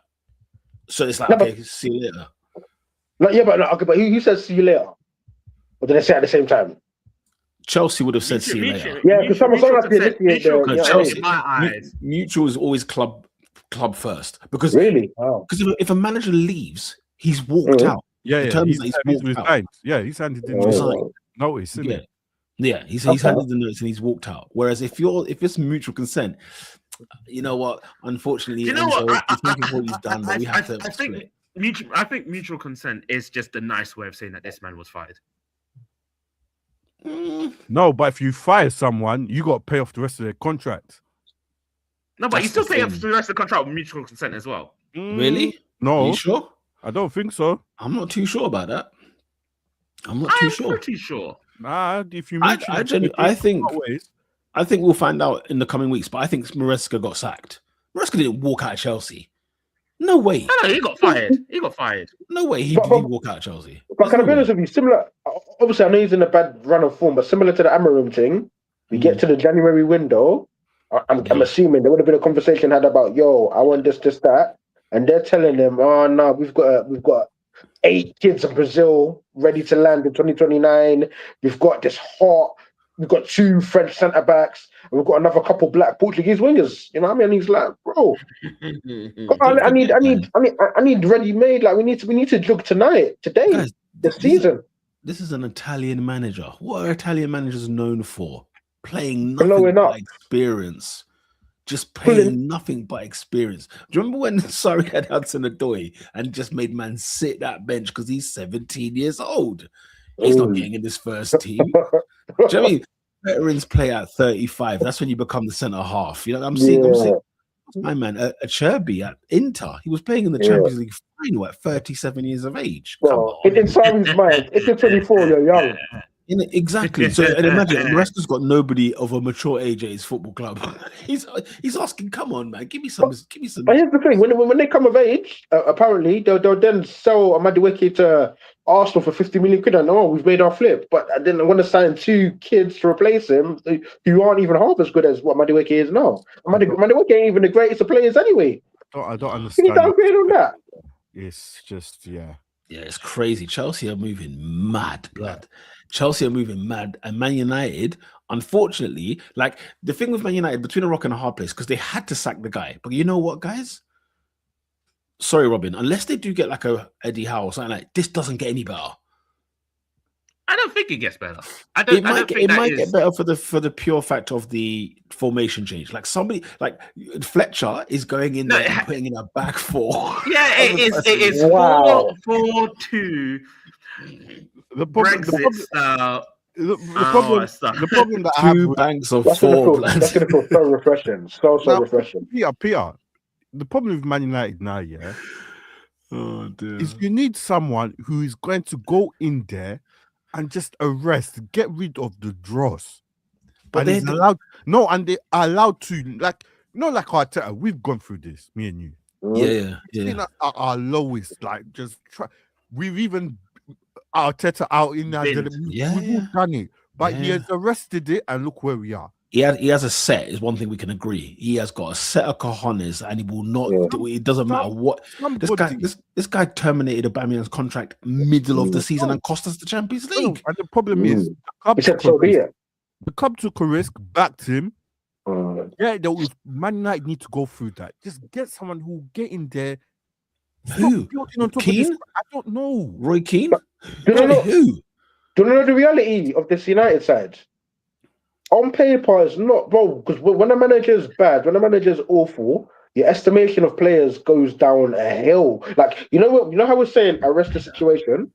A good, competent manager will arrest it, interview it, charge it, and send it down for the next 5 years. Bro, bro, this United side is capable of getting top 4 on paper. This manager's awful. That's what it is.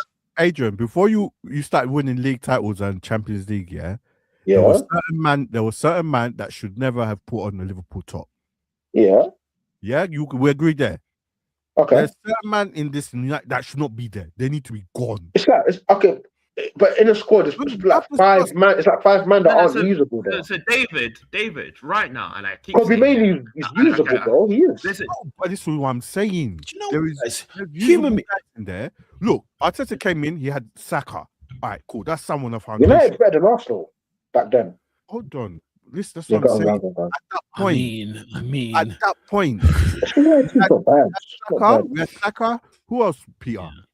We had Saliba came in. Martinelli. Martinelli, Gabriel. I think Gabriel was there. When Gabriel Arteta- was bought by Arteta. He came the Smith next Rowe, year. I'd say Smith Rowe was a key player at that sort of time. But that's what I'm saying. He worked with some of the guys we It was got. like Joe Willocks and people like that. Maitland Yeah. Niles, Penduzzi. Yeah, people like that. He Yeah. made the decision. All right, these men are not it. You lot can go. Thank you for your Yeah, endeavors. of course. Bring in your guys and mold the team. These lot are just. You're Do you know building what? a team of trash, bro. but Humor me. David, Go on. before you go, Peter, we've had this situation. The people you have to bring in also has to be right. Because let's look at Ten Hag. Yes. Remember, because you're saying clean house. We went through the No. era of No, no, you but so didn't. David, listen to me. Go on. I'm not saying we clean it because you were saying, "Oh, bring your guys." Remember the Ten Hag era? We brought his guys. We did. Yeah, and it was the wrong And lot. It was the wrong lot. So when you say clean house, you can say clean house, and you can continue saying, but the recruitment has to be right as well. What you Yes. buy has to be correct. And You can't go to the shop asking for apples and you come back with a pineapple. The What's thing is going that, on here? but Robin, you brought in dead managers. You A brought pair in could be dead just as players. Lucy. That's the problem. That's the You brought in a problem. dead manager to bring in a dead player. So it kind of goes hand in hand. Yeah, Humor so me, I'm humor me for saying. this, yeah. Humor me on this. I genuinely think, we were just talking about like somebody who's going to go there and just be like, listen, I am genuinely being serious when I say this. Roy Keane, between now and the end of the season, I'm entertaining. Shall I tell you why? Because even just hear how he talks about Man United in general, not like Neville. Ground zero. Because Yeah. Neville talks from a fan of Man United. Yeah. Roy Keane is all business. Yeah. I think He's Roy all Keane. business. I know he hasn't been the greatest of managers. He's But not he's been not. bad. He's not been He's not bad. bad, but you need someone who was. He hasn't Do been bad. you know what? What? Yeah, Pete, I love your point. Yeah, I like love half your a good year at Sunderland I know your point, yeah, because he was 15 years ago. before the fallout. He was the lieutenant of under Yeah. man. Yeah. He's going to go to them, man. You man are pissing about, yeah. Yeah. That's not a Man United player. That's not a man. Don't bring him in here. And David, here's the even. Let me add more sauce to that mix, right? He will not care about recruitment. He Yeah, will I be like, know. no. He'll be like, you know what? No. This isn't a case. I'm not going to hide behind getting new players for me No. not doing my job. I'm going to make sure out of the dross I have, Yeah, we're you going know. to have men that are going to be men. Number one, yeah. None of this woke Stand up nonsense. and be We're gonna have- counted. we're Stand gonna up and be we're counted. gonna have hard that leave every ounce of blood on the pitch. You're not allowed to walk out at Old Trafford. You have to limp off. Yeah, he is here. Like, this is a guy who one of his players, I think at Ipswich or Ireland, his wife had a baby, right? And the next day was the press conference, and they asked him, how long would you think your player will be out for? He goes, why will he be out for? And he goes, well, his wife just had a baby. He said, yeah, he didn't have the baby. He'll be in training. If he's not in training today, That gimmick is forced. But it's the mentality of the guy, isn't it? Yeah. the mentality of the guy is serious. Yeah, Listen, the if you, mentality of the guy, you yeah. can't come to Man United, get paid 150 grand a week, and give me the performances I've been watching. It's just not going to happen. Like, just somebody who, like you see with Ferguson, some people would argue Ferguson didn't even coach Man United. He was just purely the man manager, and he used to bring in Carlos Queiroz. He used to bring on, Steve McLaren. He used to bring on people around to sort out the training session. I'm not here for the training session. I'm here to instill mentality. I'm not here for the and interview. psychology. I'm not here for the interview. That's what I'm saying. So even if you have a pair, right? Even if you have a pair of like Keane and Fletcher, for example, right? Maybe Fletcher's is more of a coach. He can Tactical whatever, tactics. yeah. Whereas Keane comes in and says, Minerals. "Listen, we are minerals. Balls. Let's just call it where it is. Balls. A pair. Of steel. Yes. Steel. We can't Yes. go to We can't Let's go. not be PC. Let's call it what it is. Let's call it what it is. Like, we can't go at home to Wolverhampton Wanderers, who can't buy a win and draw. And if they are going to draw, I need to know that, guys, you gave everything. There's nothing I could have asked more. Yeah. Like, it's them ones where there's some, that what game was it? Was it the Bournemouth Man United game? Listen, we Man United got a lot of praise in that game, right? For 4-4. It was an entertaining game, whatever the case may be. But we saw Man United actually give it. They actually gave something. Yeah. So it's that thing of Keane just needs to go. They got to get Keane in there. What are we doing? They've got to get him in there and say, guys, I'm not here. Listen, this was my changing room where I was Lord and Master. Yeah. I don't care if this was 20 years ago. The fact of the matter is, you're the reason why we're only looking back to 20 years ago. Yeah. You're the reason. So all of you need to get up. You know what I mean? Losing to Tottenham in that final. My excusable. Peter, the hair dryer needs to be an inferno. Listen, Roy Keane. You see that Wolves game. Roy Keane would have them looked into the room till now. He'll be asking questions. He'll leave the room and he say, "Guys, do you want to do to each other?" And you just hear legs smashing, punches being yes, man. You saw him in punditry when he was like, sometimes you just need to go smash into someone just so that I can feel better. This is the sort of stuff he was saying on Sky. Look what he said about the Man City game. About Roy Keane. The thing is, even though Roy Keane was all of that. All of that and a bag of chips. Roy Keane was also a baller, by the way. Like, people don't forget. A top baller. Agreed. Top baller. A top baller. That's the thing. So it's a thing of like, because for him, it's a case of, listen, you play for Man United, you're talented. Yeah? So we're not talking talent. Simple. That's the thing. We're not talking talent anymore. You've made it through the ranks. Exactly. Yeah. So now it's about balls, as you said, AD. It's about heart. It's about backbone. It's about like, if I see, what did he say? If I'm looking at the coach and I see Maguire and De Gea, do you think these are going to be people I want to go to war with? Did you hear that language? You think I want to be with them in the trenches? No, I don't. These are all be looking at their nails. Come on. Because that's the thing. People like, you see, like, what's it called? Not saying like people like Agate. Like Agate, for example, is the kind of guy that Roy Keane might actually like, because it's a case of, listen, you might not be technically great, but when I tell you something, this guy bleeds for Man United. And, maybe I'm being stereotypical because he just looks like a freaking animal, right? I don't know. But yeah, he rates, but that's the thing. Keane rates big boy players. These are big dogs. These are big dogs. Robin, man, have a word of your guys, bruv. Get Keane at the helm, man. Just to whip him up. For now, and to conclude on Man United, because the stats are here of what this guy has done. I just lost him. Let me get them back up because it's just staggering. Ruben Amorim lasted a total of 18 months in charge. 18? Out of not 18, 14. Yeah, 14. Out of 14, he said in the Premier League, he had 47 games, 15 wins, 13 draws, and 19 losses. It's the Manchester United manager. 31.9 win rate. 66 goals scored, 72 goals conceded. 1.23 points a game. He is the lowest rated manager in history. And since the World War II era. Forget Premier League. World War II. As much as United are a mess, I have zero sympathy for this man. Ruben Amorim. That goes without saying. Ruben Amorim, your time at Man United has come to an end. And we move. Amen. Wow. We move indeed, man. Let's quickly just chat very quickly. It's a horrendous stat. He made Ange look like Johan Cruyff tactically. In other, listen, Man City dropped points. Arsenal beat Bournemouth. I mean, 6 points is now the gap between Arsenal and Manchester City. David, I mean, how are you feeling, man? I feel very quickly. good performance. Apart from Gabriel's mistake. You said Gabriel. Peter, yeah, you see, Robin, yeah, pissed me right off, yeah.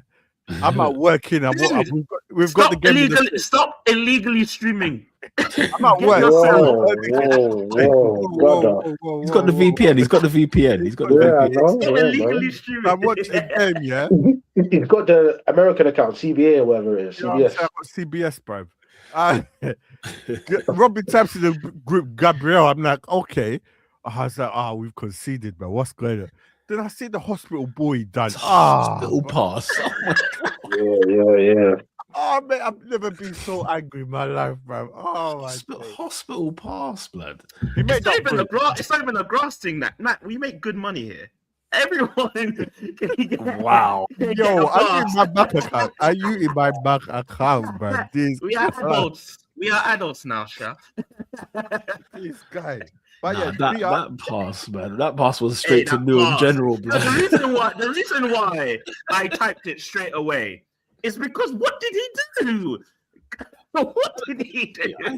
Nah, there's no way he's about to ruin my birthday, blood. I said there's no way, blood. I said there's no way. Bro. Oh my days.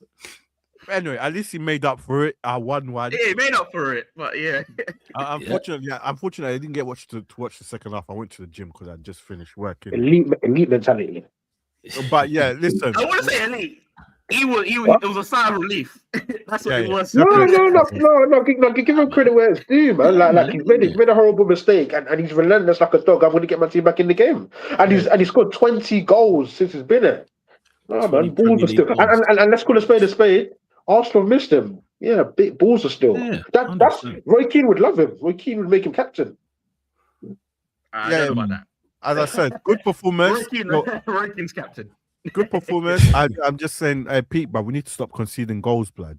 Yeah. Do you know what, David? I think my only concern with it all right now is that we just don't look. We don't look like fearful. Do you know what I mean? Like, I don't think any team comes to against Arsenal and thinks, "Oh, do you know what? We're not that greedy. We're not that greedy. That's yeah. Like I was thinking about people get nervous. Yeah. Everyone feels like they got a chance in it. Don't worry, there's a couple goals here still. If you guys remember like October times where teams didn't even attack Arsenal because they were just shocked. They were like, let's just get a 0-0 and hope for the best. Like they were paralyzed with fear. So yeah, I get what Peter's saying. Now they're giving them more of a goal. That's the only thing. Like, Bournemouth won. I think they've won in 10 or one win in 11. And they're here having a go. Do you know what I mean? They're having a go. Like creepy shooting, huh? Good goal, by the way. Like you just think to yourself, like, okay, when Man City win the league, when Liverpool win the league, there comes a moment in the season where these teams just look horrific to play against, and you don't want any dispatched. Like, just leave me alone. Like, like when Liverpool were in their hot streak, right? Even last year, or even the other time with Klopp, right? They would have a game that was at 3:00, and you just knew it was drama. I know you're saying. You knew for the team, because it would be a Southampton, it would be silent, that you just knew whoever's going to Anfield at 3:00. Forget about it. Forget about it. Don't even send your away lot there. You're gone. Well, would you say that's harsh on two fronts? A, you beat Aston Villa 4-1 in the game previous. You scored 3 goals away at Bournemouth. Declan Rice come clutch twice. And as B, bro, I'm paralyzed by fear having to go to the Emirates. I'm hoping we can score the party a little bit. Paralyzed in fear, bro. I don't want to go to the Emirates at a time like this. Maybe not, but like, there's a lot of places I want to go. So I'm sure a lot of teams have that feel that sentiment as well. We're not that stifling side that we were earlier in the season. Yeah, I agree. Let's talk Villa, for example, right? Let's talk Villa for a second. Who was scared of who that game in the beginning before the ball was kicked? Villa. Who was scared of who?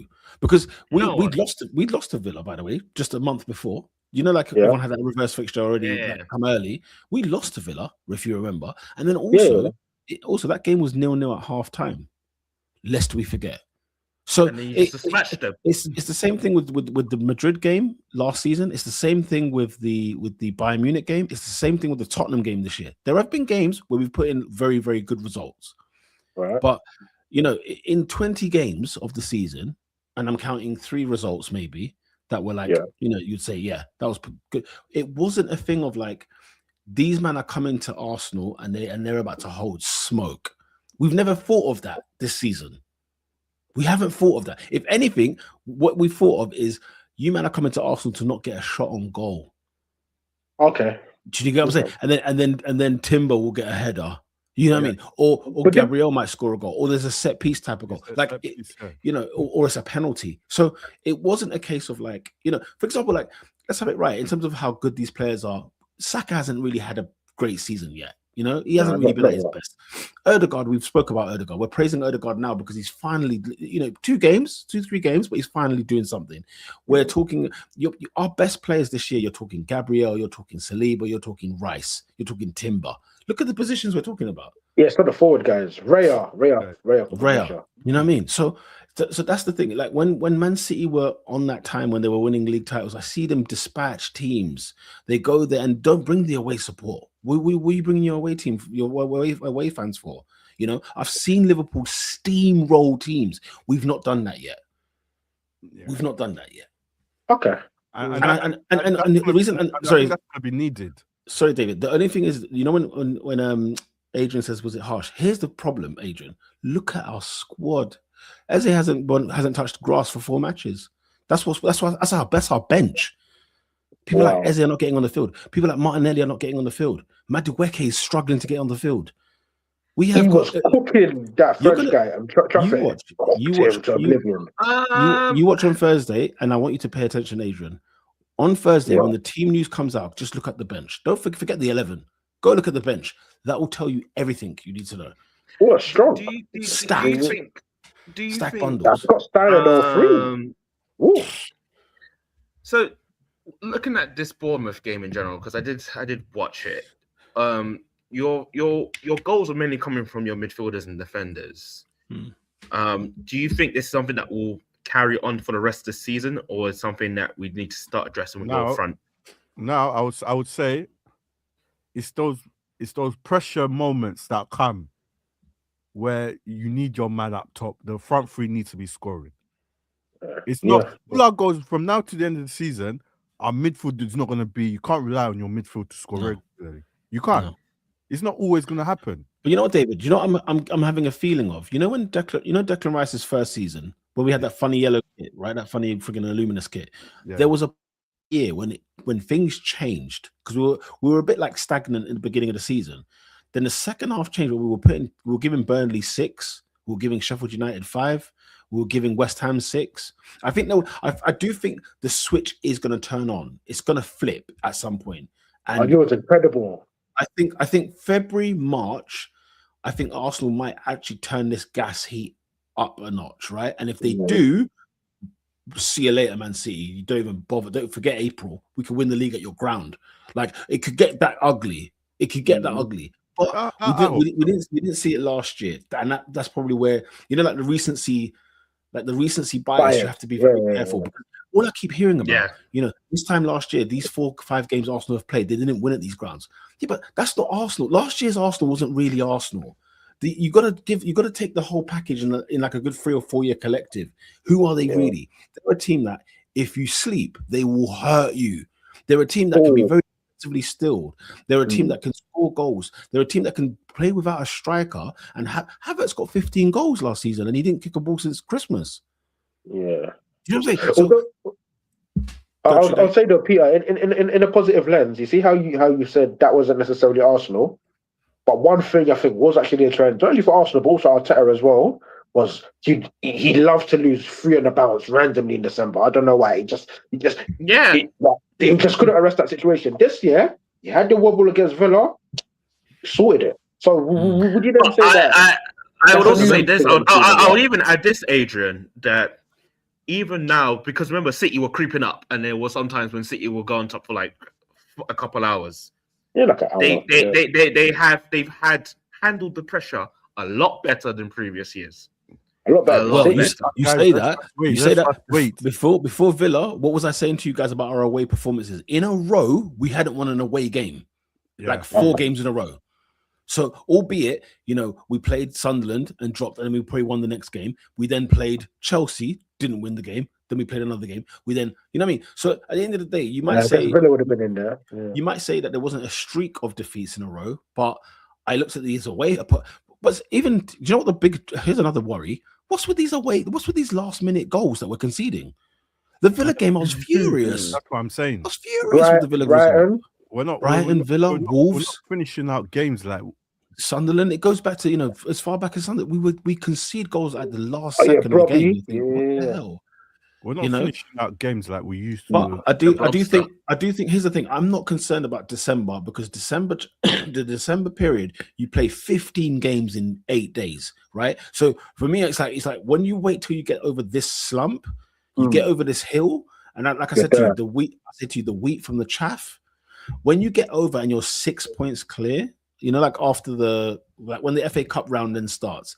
That's when you're like, okay, Man City are just hoping and praying they are within 6 points come March. Because if they are further away, it's long. See you later. Game over. See you later. They have. Well, we had Saliba was injured, but we were 7 points, but they didn't. Yeah, equipped. But if we have our full strength team, because as Ruben said, there were nights, and some of you guys also said like Man City would be on top for an hour, and then. Top of the league for an hour, then Arsenal would just win their game. But now they're 2 wins away, just like that. Because that's the thing with December. They're so thick and fast into January. They are thick and fast, these games. Guys, we walked into December and it was game week, I think it was like game week, I want to say 12 or 13. Wow. And we are game week 19, 20 now, aren't we? Wow. In a month. We're halfway. Guys, as I said, there's 54 points up for grabs in it. So, boy. Here we go. And you know what? I think it's going to tick, David. I think it's going to tick. And you know who's going to be really important? People can talk about Jesus. You can talk about Kai Havertz. Glock 9. Just wait, man. He needs to start banging goals. Just wait, bro. If he starts banging, blood, then we got this in the bag, blood. Just wait. Speaking of banging goals, how about that one at Craven Cottage, lads? Sensational. What a banger by Harrison Reed. Pluck that one. That was what top bin. That is like in the corner of the bin. Adrian, it was criminal the space he was allowed though. Van Dijk forgot this is the Premier League. I could allow him. They can walk away. No. When you scored in injury time. When he scored No. I'm not taking away from the goal, but surely someone close him down. Them ones where after you've scored in injury time, shape up. You know what I mean? Liverpool thought they got the winner. No, I guess those receiving the ball, let's be like no one expects Harrison Reed. Of course, you are right because obviously if it is closed down, obviously he doesn't necessarily score. But sometimes in football you just can't help it. You know what I mean? Barkley's been Barkley's, yeah. Yeah, just Barkley's, bro. Barkley's. I saw the goal, yeah. But you know what, David, yeah. There's no way Liverpool could have walked away with that win from that Florian Wirtz goal. Because tell me how that's So why am I hearing this too? Well, so semi-automated got it right in saying it's offside, but in VAR have a look at it and they have a different angle. I told you. And it's like why?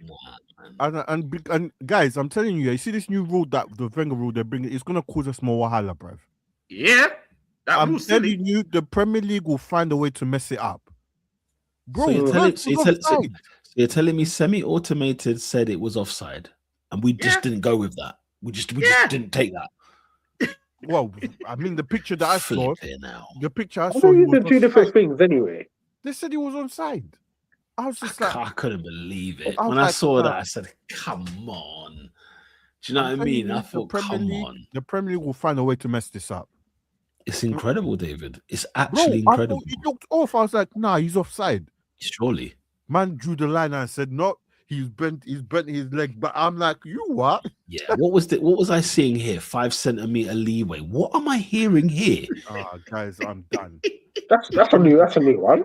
That's a new one. But this is the game. The game is ruined. This is the football. This is the sport The we've game is chosen to gone. watch. Guys, Yeah, next because we season, spend time talking about Because VAR. Peter, as opposed to the actual what football. rule has that? What rule have they put that out? Or you can No, but substitute Robin, every season Every something week. new, Every something season. new Every comes week. up. Like no, but like like we've done 20 games of football matches, right? We think, Yeah, okay, and cool, then we a new understand, rule. we understand the case here, we understand the rules. Then as all of a sudden, a new one. you get a leeway, bro. Guys, I'm telling you, this That's Wenger a rule mistake. next Let's make it season up as they go along. is gonna be hell on earth, mate. Bonkers, mate. It's gonna be bonkers. I'm telling you. But other than that, it was a good. I thought it was a late dagger from Cody Gakpo. But yeah, like that goal ball out from of Frimpong, nowhere. that ball was saucy, bruv. The The defender ball should from first, Frimpong. my man should. I don't know who the Fulham defender. Once he went past him, I knew, Yeah. bruv. All right, they were in trouble, bruv. Mm. Yeah. But then Mr. Harrison Reed. Hey. Hey, It felt like a Reed. sweet. It generally felt like a sweet chin music because when was the ball hit the net, it you was heard the ping. It was loud. Absolute stonker of a goal. Absolute stonker. It's peak when it's Harrison's first goal since April Wilson as 2023. And Wilson. Yeah. It's got a good goal. Oh yeah, that By the way- you need to question the midfield and the defense because that pass went through the whole back seven out of 11 players. That ball went past. So I'm like, huh? I mean, How they did were it get trying to play offside trap, so that's what you get, bro. Do you know what? Low-key Fulham, I think, have been on a very good run as well. They've been Yeah. collecting points. They're like 16 for a while. I was never worried about Fulham going down. It's just one of those ones. They're not the best team, but they're not bad enough to go down. Adrian, I had a quick question. Just because I saw your tweet earlier, what do you mean you want Slot to move egregious? Because I was genuinely curious. Sweet. What to? Did you not say that you want Slot to move egregious in his next presser? Oh yeah. I needed to be so obnoxious. I needed to be so rude, belligerent. I want him to call people out for their name. I want him to burp at the table. I want him to just attack the boards. Just attack the board. Do you want him gone? You want him gone? You know what? It feels harsh. Obviously, he's a league winner, isn't it? But you just look at just the dross that was serving up on a game-to-game basis. Like I looked at that lineup, and do you know what my first thought was? What? I was like, oh, this is quite techy, actually. I was seeing verts. I forgot some McAllister in there, but then I said, no. It's technical. It's just slow. Like, where's the penetration coming from? And he had like this weird thing. It might have been a fetish. I don't know what it was. Where he would tuck Kirkes inside, and Cody Gakpo might need to do a DNA test because maybe on his slots his long lost father. I don't know. But he just loves that. Everyone's got a guy. Yeah. And it's ridiculous that for some reason our players funnel down Mr. KPI himself, who Mr. KPI himself. he will score 13 goals, but he'll shoot 100 times a season. So you know what I mean? It pays for itself kind of thing, but then it's not really worth it, is it? So why would you do it? And then I don't know, man. As I said, that was an excellent summer last season and last summer, top summer, and that's a lot of quality. And realistically, it's a damn shame that we're not challenging for the league. And I just think it's liquid gravy. But under a serious guy, this isn't. Thank you, Mr. Slot, for the league title. I don't want to. I feel bad. I genuinely feel bad, but obviously it's Liverpool before anyone, isn't it? Even someone like a Florian Wirtz, because I asked the question in the group. I was like, when did David Silva play for Man City? Because what we need to do, right? We need to just forget the fee. Forget this gimmick. Let's not have a Wirtz hogging everything. Where one day he's on the left wing, then he's in the 10, then he's out. No. Just move him to left 8, whatever it is you need to do, and let him just jog in silence. Let him just do his thing. and be a cog that keeps because he's not the talisman, and I feel like we're forcing him to do something that he's maybe not necessarily suited for because there's a player in there like the tech, the ability, the flair, the poise, like because he could potentially be a superstar, but I think we're forcing it a little bit with him. So just stuff like that. Like a couple of players need to be redeployed. One thing I will say, I think Frimpong. Obviously, because I remember when we signed him, people were like, "Oh yeah, he can play right winger at times." I was thinking, bro, like he's just quick and black, like but he's genuinely got tech. Like he's because if you look at someone like an Anthony Elanga, yeah. Oh, he can't turn like Frimpa. Like Frimpa can actually dribble incisively. He can actually slow his man down and then take it past him. And then his delivery of cross is actually decent. Don't get me wrong. I don't necessarily think he's the option at right back, but it's an interesting profile to have. I just think, even I'll point this out here, like, can you put wingers on the wing, please? The Man City we play players in their positions. Like, I don't know where this thing came from playing a number. You're playing your number 10 on the wing. Like, I'm looking at Bernardo Silva. Like, you've got pace on the left. That's another one. You got a slow man on the right. That's just study. Where you going? It just makes it easier for the defenders to defend because I know my man's not going to dribble past man. But here's the thing. If Salah's on the right, you know my man has to move over a little bit, which creates space for the striker. The number 10 role is gone, isn't it?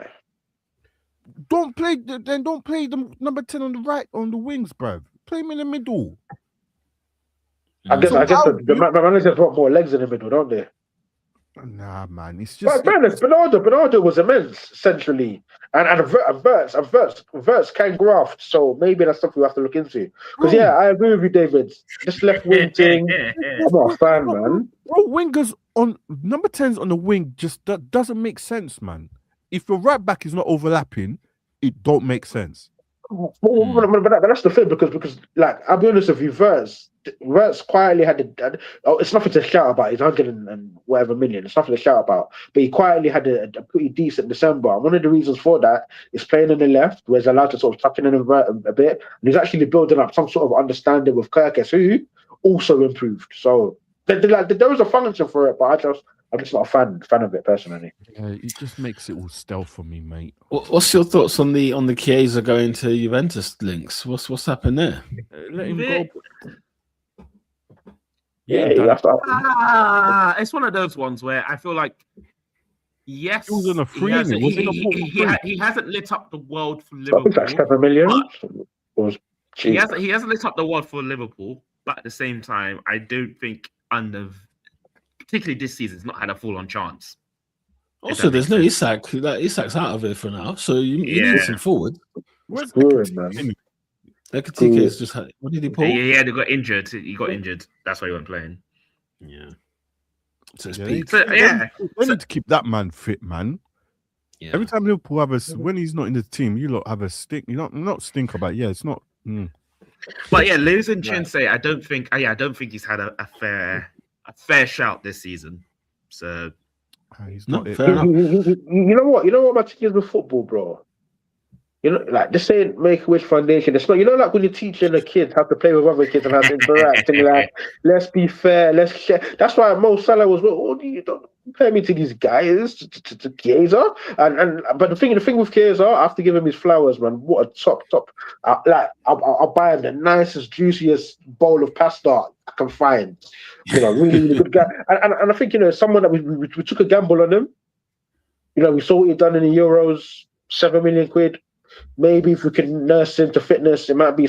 It hasn't necessarily worked out. To shake hands, top guy, man. Lots of love, lots of respect for him. Unfortunately, he's just not built for it.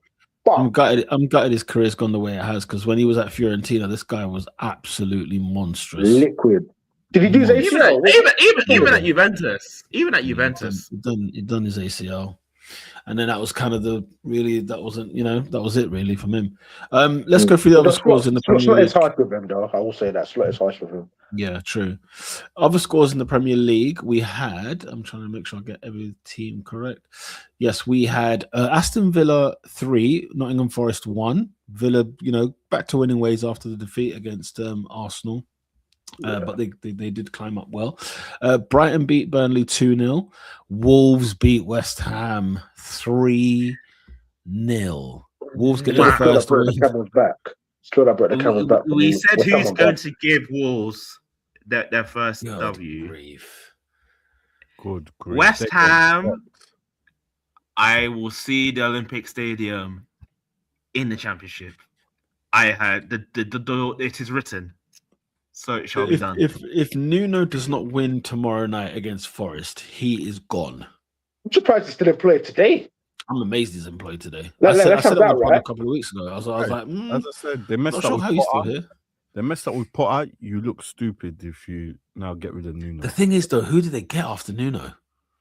Who'd you go to? Yeah, I'm hearing Slaven Bilic. Yeah, I'm hearing Bilic as well. He hasn't managed the team since when? Since West Ham. No, like. You know what would be a West Ham move is a Gary O'Neill. That's the West Ham move. The West Ham way. Listen, Peter. Listen. Bang! Pull the trigger. Nuno out. Gary. If they want to salvage this, if they've got any intention of staying in this league, just give Gary O'Neill a shout. Because even if he gets a new manager bounce and he gets like six out of what 12 points, I don't know the maths, but yeah, man, just give him a go. Guys, yeah, that's to do something. It can't remain the same. It can't. Can I tell you? Do you remember who they signed? They signed the Leicester goalkeeper for like 20 million for 50 of the 80 goals they conceded last year as they went down. That's misappropriation of funds. Then to top that off, they went and bought Mr. Peters from Southampton, who also got relegated. It's all right. On a free, that's all right. No, it's not all right, AD. It's not all right, bro. It's not all right. You've gone down. And you're now signing relegated players. Yeah, sure. Yeah, okay. I'm sorry. My man, what's his name? The Southampton guy. No, the Leicester goalkeeper. Hermanson. Yeah, Hermanson. Yeah. The minute you signed him, I was like, these lot are in trouble. Did you hear today? Did you hear today the Callum Wilson news? That one in theory wasn't a bad signing. In theory, it's not the Simone deal. It's just the deal. Yeah, the deal was ridiculous. The deal was ridiculous. You can't get an appearance fee of 96 grand. That can't be your appearance fee. You're not a serious club. Peter, you didn't even know that Fulkrug left. I couldn't believe when I saw him be substituted on for AC Milan. I said it's January the 2nd. Like you haven't signed the contract yet. You haven't done the medical. You haven't even agreed personal terms. How is he playing for AC Milan? No, Peter, because you sent the photo in the group, yeah. Okay, what's the Syria Fanatic extended? It's just a bunch of guys arguing by their VAR monitor. And behold, Nicholas Fulkrug is there in AK. Wearing the number 9 for Milan. I couldn't believe. What are you telling me here? I couldn't believe what I was seeing. I said, "This is a joke thing." I said, I said to you, we haven't even written our goals for the year, and he's already playing in Milan. This is a guy who's failed upwards. How has he gone from West Ham to AC Milan? Bro, Champions League finalist as well. Pick him up, man. Nah, man, get out of it. All right, Wolves and West Ham. Let me tell you something. West Ham tomorrow against Forest. I'm gonna be tuned in because it's the only game on tomorrow. It's the only game on tomorrow. Yeah, it is. If they lose, just put it out by the name. They lose, put it out by the name. Hell in a cell. That's what this match. A fan's gonna run onto the pitch and get that corner flag and put it on the center again. That's what's gonna happen. They're gonna attack Sullivan, aren't they? Is it Gold? Which one is it? Gold, right? Careful, because one of them passed away. Okay, Sullivan. Yeah, Sullivan. Baroness Brady. Don't worry about the celebrity apprentice. You need to pattern West Ham, bro. Listen, Peter, on this year's apprentice, on the apprentice, she's top tier, man. She does. No, she's not. Do you know what I need to see? Do you know what I need to see? What did you see? I need to see a 4-episode spell where it just has the black writing due to unforeseen circumstances. Baroness Brady was unable to appear. Do you know why? She's cracking her brain trying to save West Ham. You ain't got time to be filming. I can't see Eddie Caddy and Baroness Brady in the same room again. I can't see it. Yeah, what are you calling what's his name again? Matt does fitness. You get me. Big up Matt. You get me. He's there. There's a couple of Speaking of West Ham Are you calling Tim Campbell Eddie Caddy? First. No, Eddie Caddy's there, isn't it? How is he? Eddie Caddy's in Celebrity Apprentice, bro. Like legit. Oh, celebrities. Oh. Yeah, So I thought you meant he was part of the board. Oh, okay. Bro, it's live now. No, not that Don. I know you're talking about. No, not him. Yeah, know what? Speaking of Nottingham Forest, your mate Peter. Who's my mate? You're at Edu at Forest. I told you, joke man mate. thing. Nah, guys. Joke man thing, bruv. I told you. You see the Nottingham Forest owner, bruv. You've had a stinker. Oh, You've had an absolute stinker. You had the perfect manager. Everything's rolling. Yes, the guy didn't get the Champions League like he wanted or Europe. Everything was running smooth. You had to bring in Mr. Edu, blood. You hold that. Hold him.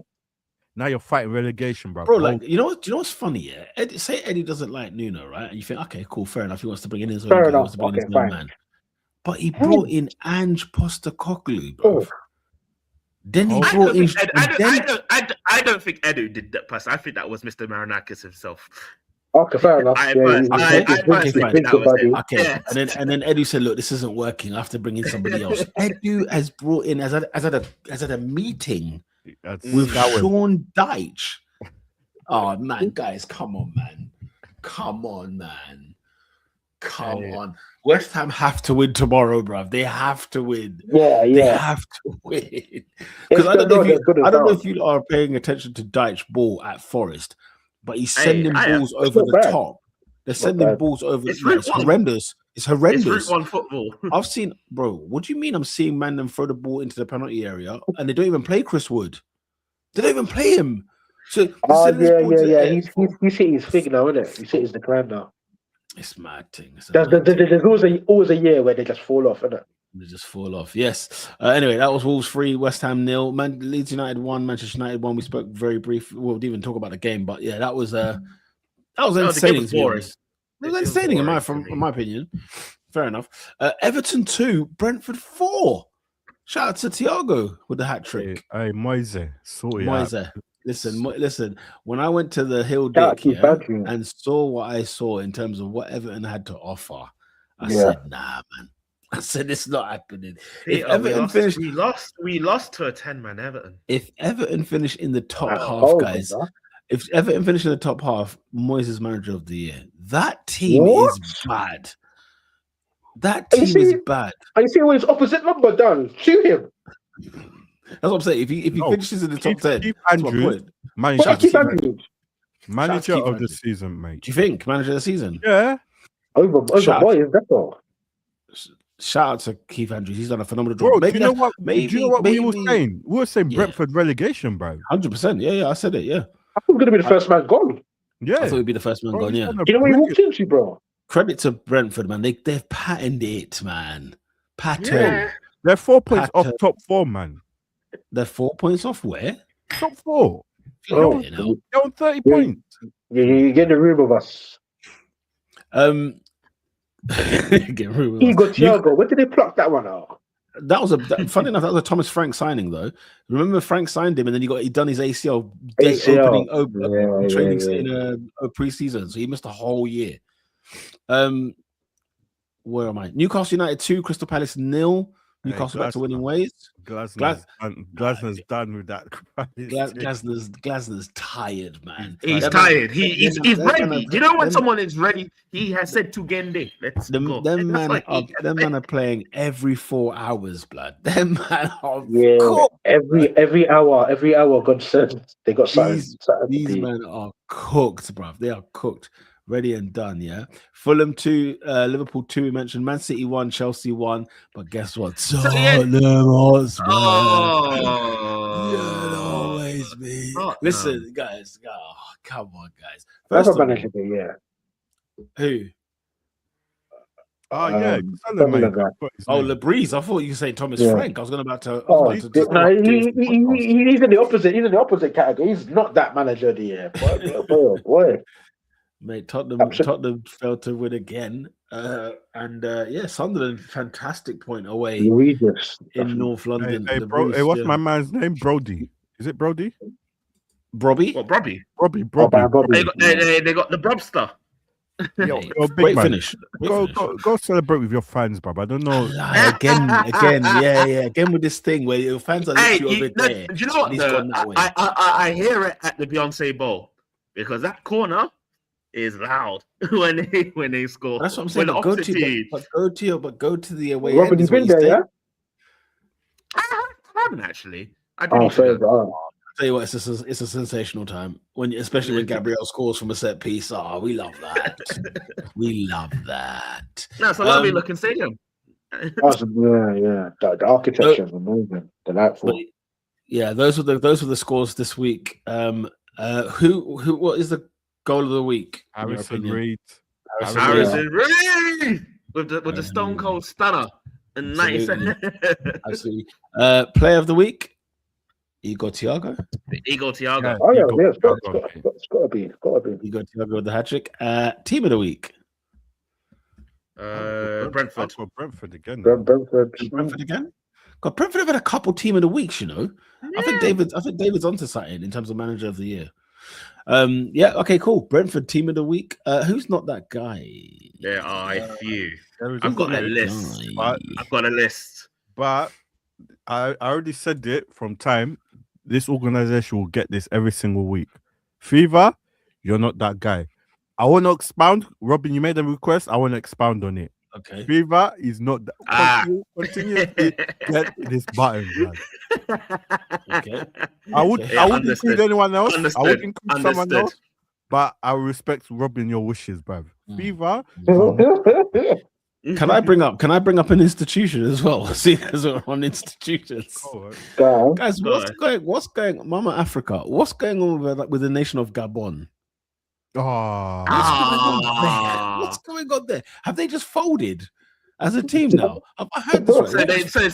So they got this. So they came out of the AFCON for those and then the government immediately suspended them for the failures. Why was Aubameyang sent home early as well? More countries need to do that, man. More countries need to do that. Italy in 2010. Oh, bro, Aubameyang. Did they even make it? This guy got sent home. The guy they sacked the manager. I think he wasn't even allowed to enter the locked dressing room. No. Was it him? I think it was Gabonese. They told the manager. Yeah. But guys, we're staying on AFCON because this is the start of my list. We had the penalty where we had to score. What, Uganda against what? Uganda. Tanzania. Against Tanzania. Who I'm seeing playing in the last 16. I said, what the hell? In the last 16, they didn't win any game. Blood. Blood in his hands. Criminal. Nigeria are a big team in AFCON, but you give it a go. It's a do or die situation. Give it a go. Give it a go. Why? First of all, our goalkeeper. I already seen him. Our goalkeeper. He gets injured, so we have to substitute him. The second goalkeeper immediately comes out of the box. Oh, God. And balls it. Oh, he gets sent off. He got sent off. So we had to bring on our first. I have never, ever in international football history, I have never in my life seen the third goalkeeper. No, never. The third. In international football, never happened. You're lucky to see the second. You didn't see the second of the two in a row.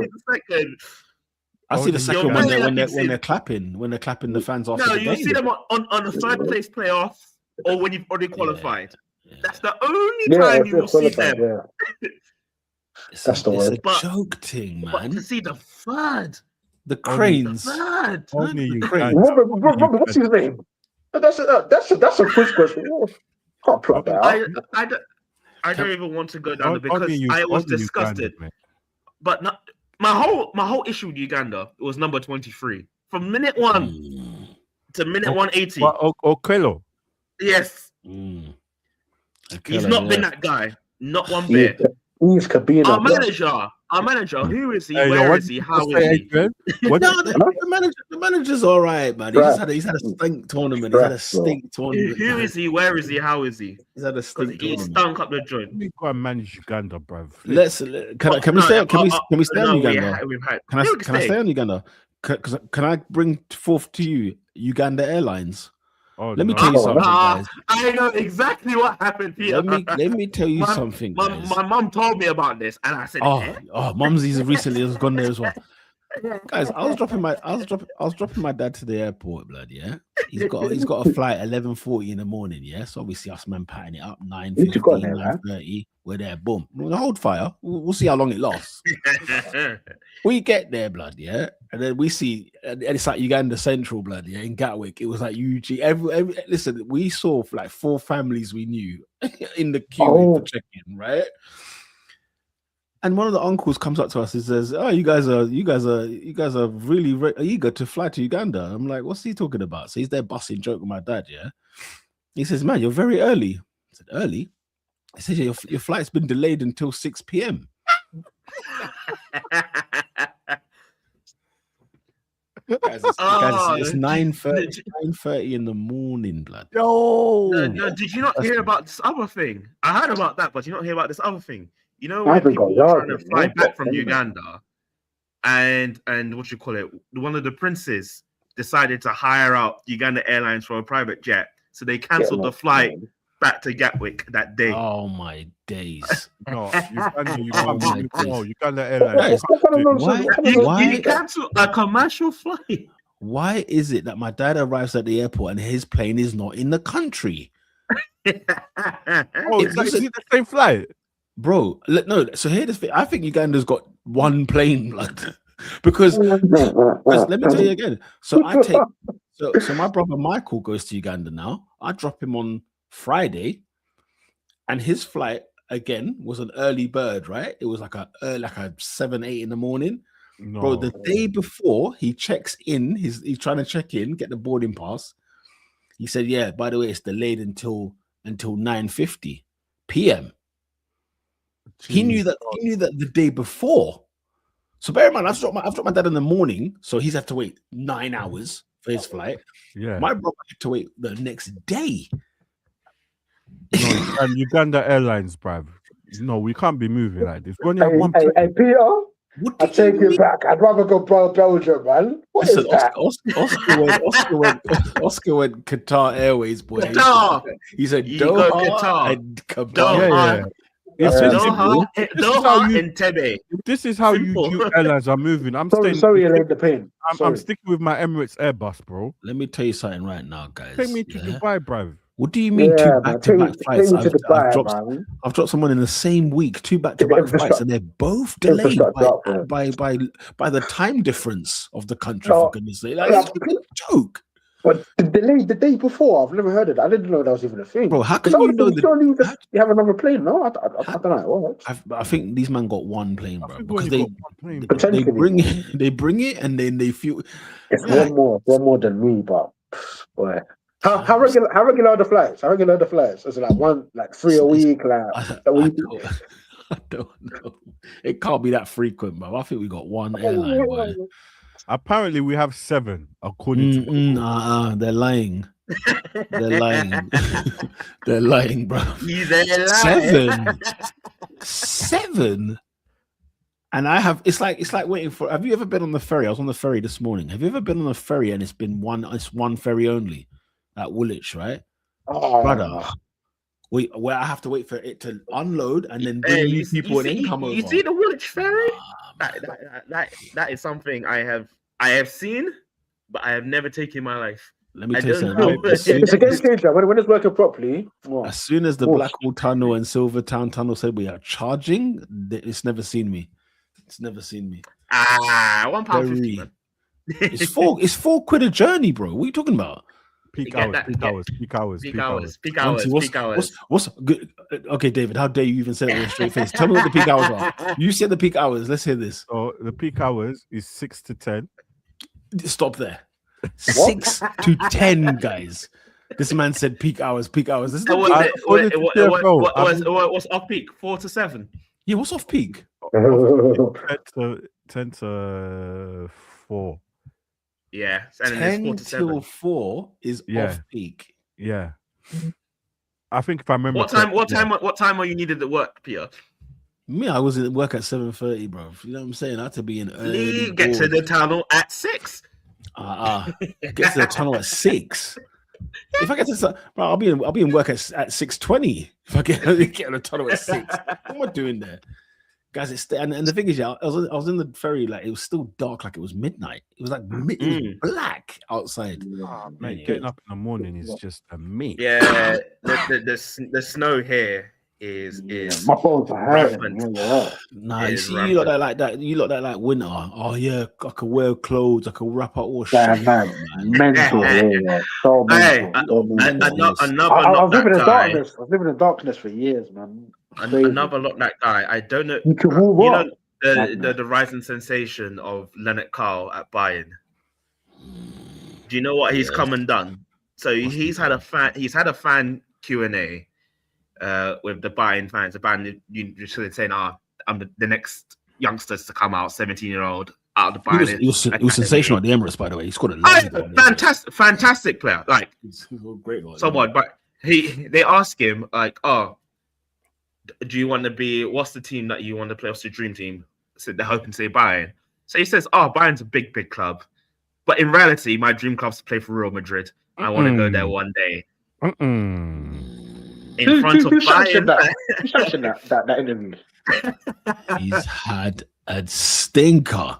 A big stinker. But So bad. You know what? So bad Funny that, though. you know, Bayern had a picture of Leonard Carl up on Instagram. They had to delete the photo because of the backlash. No, really? They set up the kid to fail, man. Because if he's doing such a like a free flowing thing where they can ask him stuff like that can go horribly wrong, but you could put a 17-year-old. No, but you know what? It was unprovoked, man. It was unprovoked because if the man's asking, this is your dream team. No, but like, as in, you know, the question is, is it your dream to play for Bayern? Yeah, youth player coming up in the ranks. You can't just throw Madrid out there. What's this generation called? Is it Gen Z? I don't know, man. X, what are they? Whatever X blood, whatever they're called, man. Are dumb, blood. So dumb, man. So dumb. So dumb. In a the youths today are so dumb. You're stupid, bro. I have no sympathy for you, bro. You know what I'm saying? Keep that one to yourself, bruv. Yeah. So that interview went down well. Donnarumma and co at the back for Chelsea's 1-1. What's happening there? Listen, you say that Enzo Fernandez did his best to miss the goal. For goodness' sake, it was actually a cracking save by Donnarumma at one point. Do you know what I mean? But he did his best to miss it. I thought he's gonna miss it. This little pillock, he's gonna miss it. He's gonna miss it. When it went in, I said, "Thank God." Oh, mate.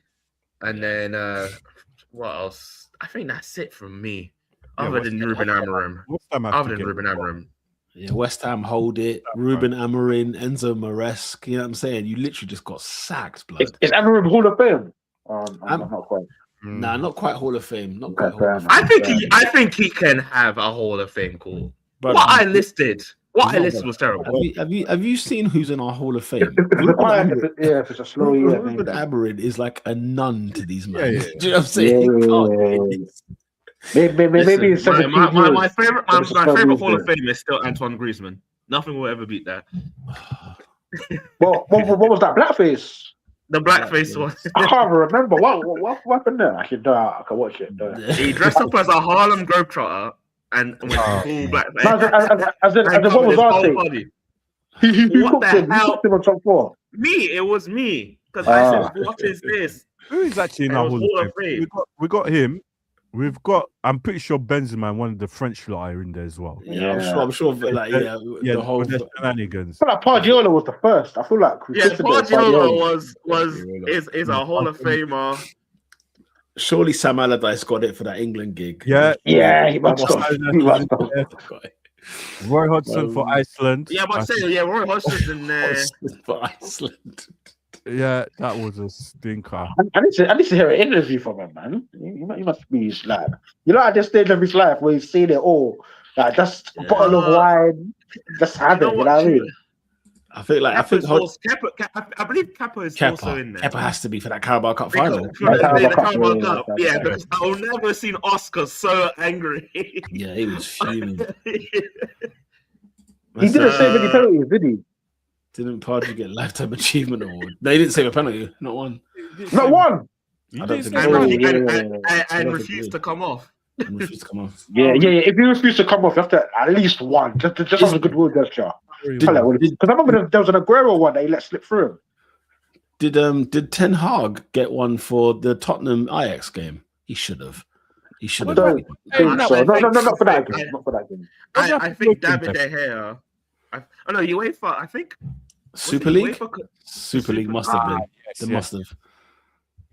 No, that must have been it. De Gea get it? De Gea got one because of he missed every single penalty and failed to score his own pen. It was like 11. It was like 11. 11-10 in the final Europa League. Yes. The woman that cheated on the billionaire? No, the one that refused to take the payout. The what? There's a woman that divorced the billionaire. Yeah, she refused the payout. Oh, she went more. Yeah, and it was in billions. I think that's who. Wow. Okay. I ended up with nothing. Obviously, the CEO guy and the HR. You can jump off London Bridge for that, you know. Hall of Fame. Although there's been some, He lost 3 billion because of Greens. Wow. there's been some correspondence since that CEO thing and the HR person, because apparently she said her life's been hell. You're gone. But because apparently neither of them are in a relationship anymore, and that's why they hung out. Hancock, definitely. Yeah. Oh, who is? No, I need to find him. The guy from that went to Durham. Oh, the one that went to Cummins blood. Cummins, yeah. Cummins blood. Yes, man said he drove to Durham to test his eyes. Drove. It's the flagrant disrespect. How can you insult a intelligence like this that? year, and I still go back to it because I remember this season, Michael Salisbury and the referee from Salisbury. that read. David Reed was fantastic. David Coote is out there. Oh, that was never comical no more. But yeah, man. That took a nasty turn, man. But I remember when Sports Direct was in lockdown and asked employees to come in. Mike Ashley's a howler. I'm sure David Luiz is in the Hall of Fame. I'm sure he done David something. Lewis. Yeah, David Lewis done something. Yeah. Oh God. Anyway, guys, the best thing ever. That wraps up this week's Top 4 podcast. Thank you very much for joining us. We'll be back next week live and direct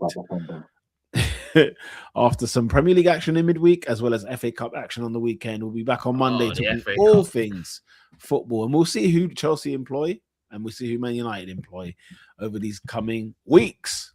Until then, we are out. Peace, y'all. Peace.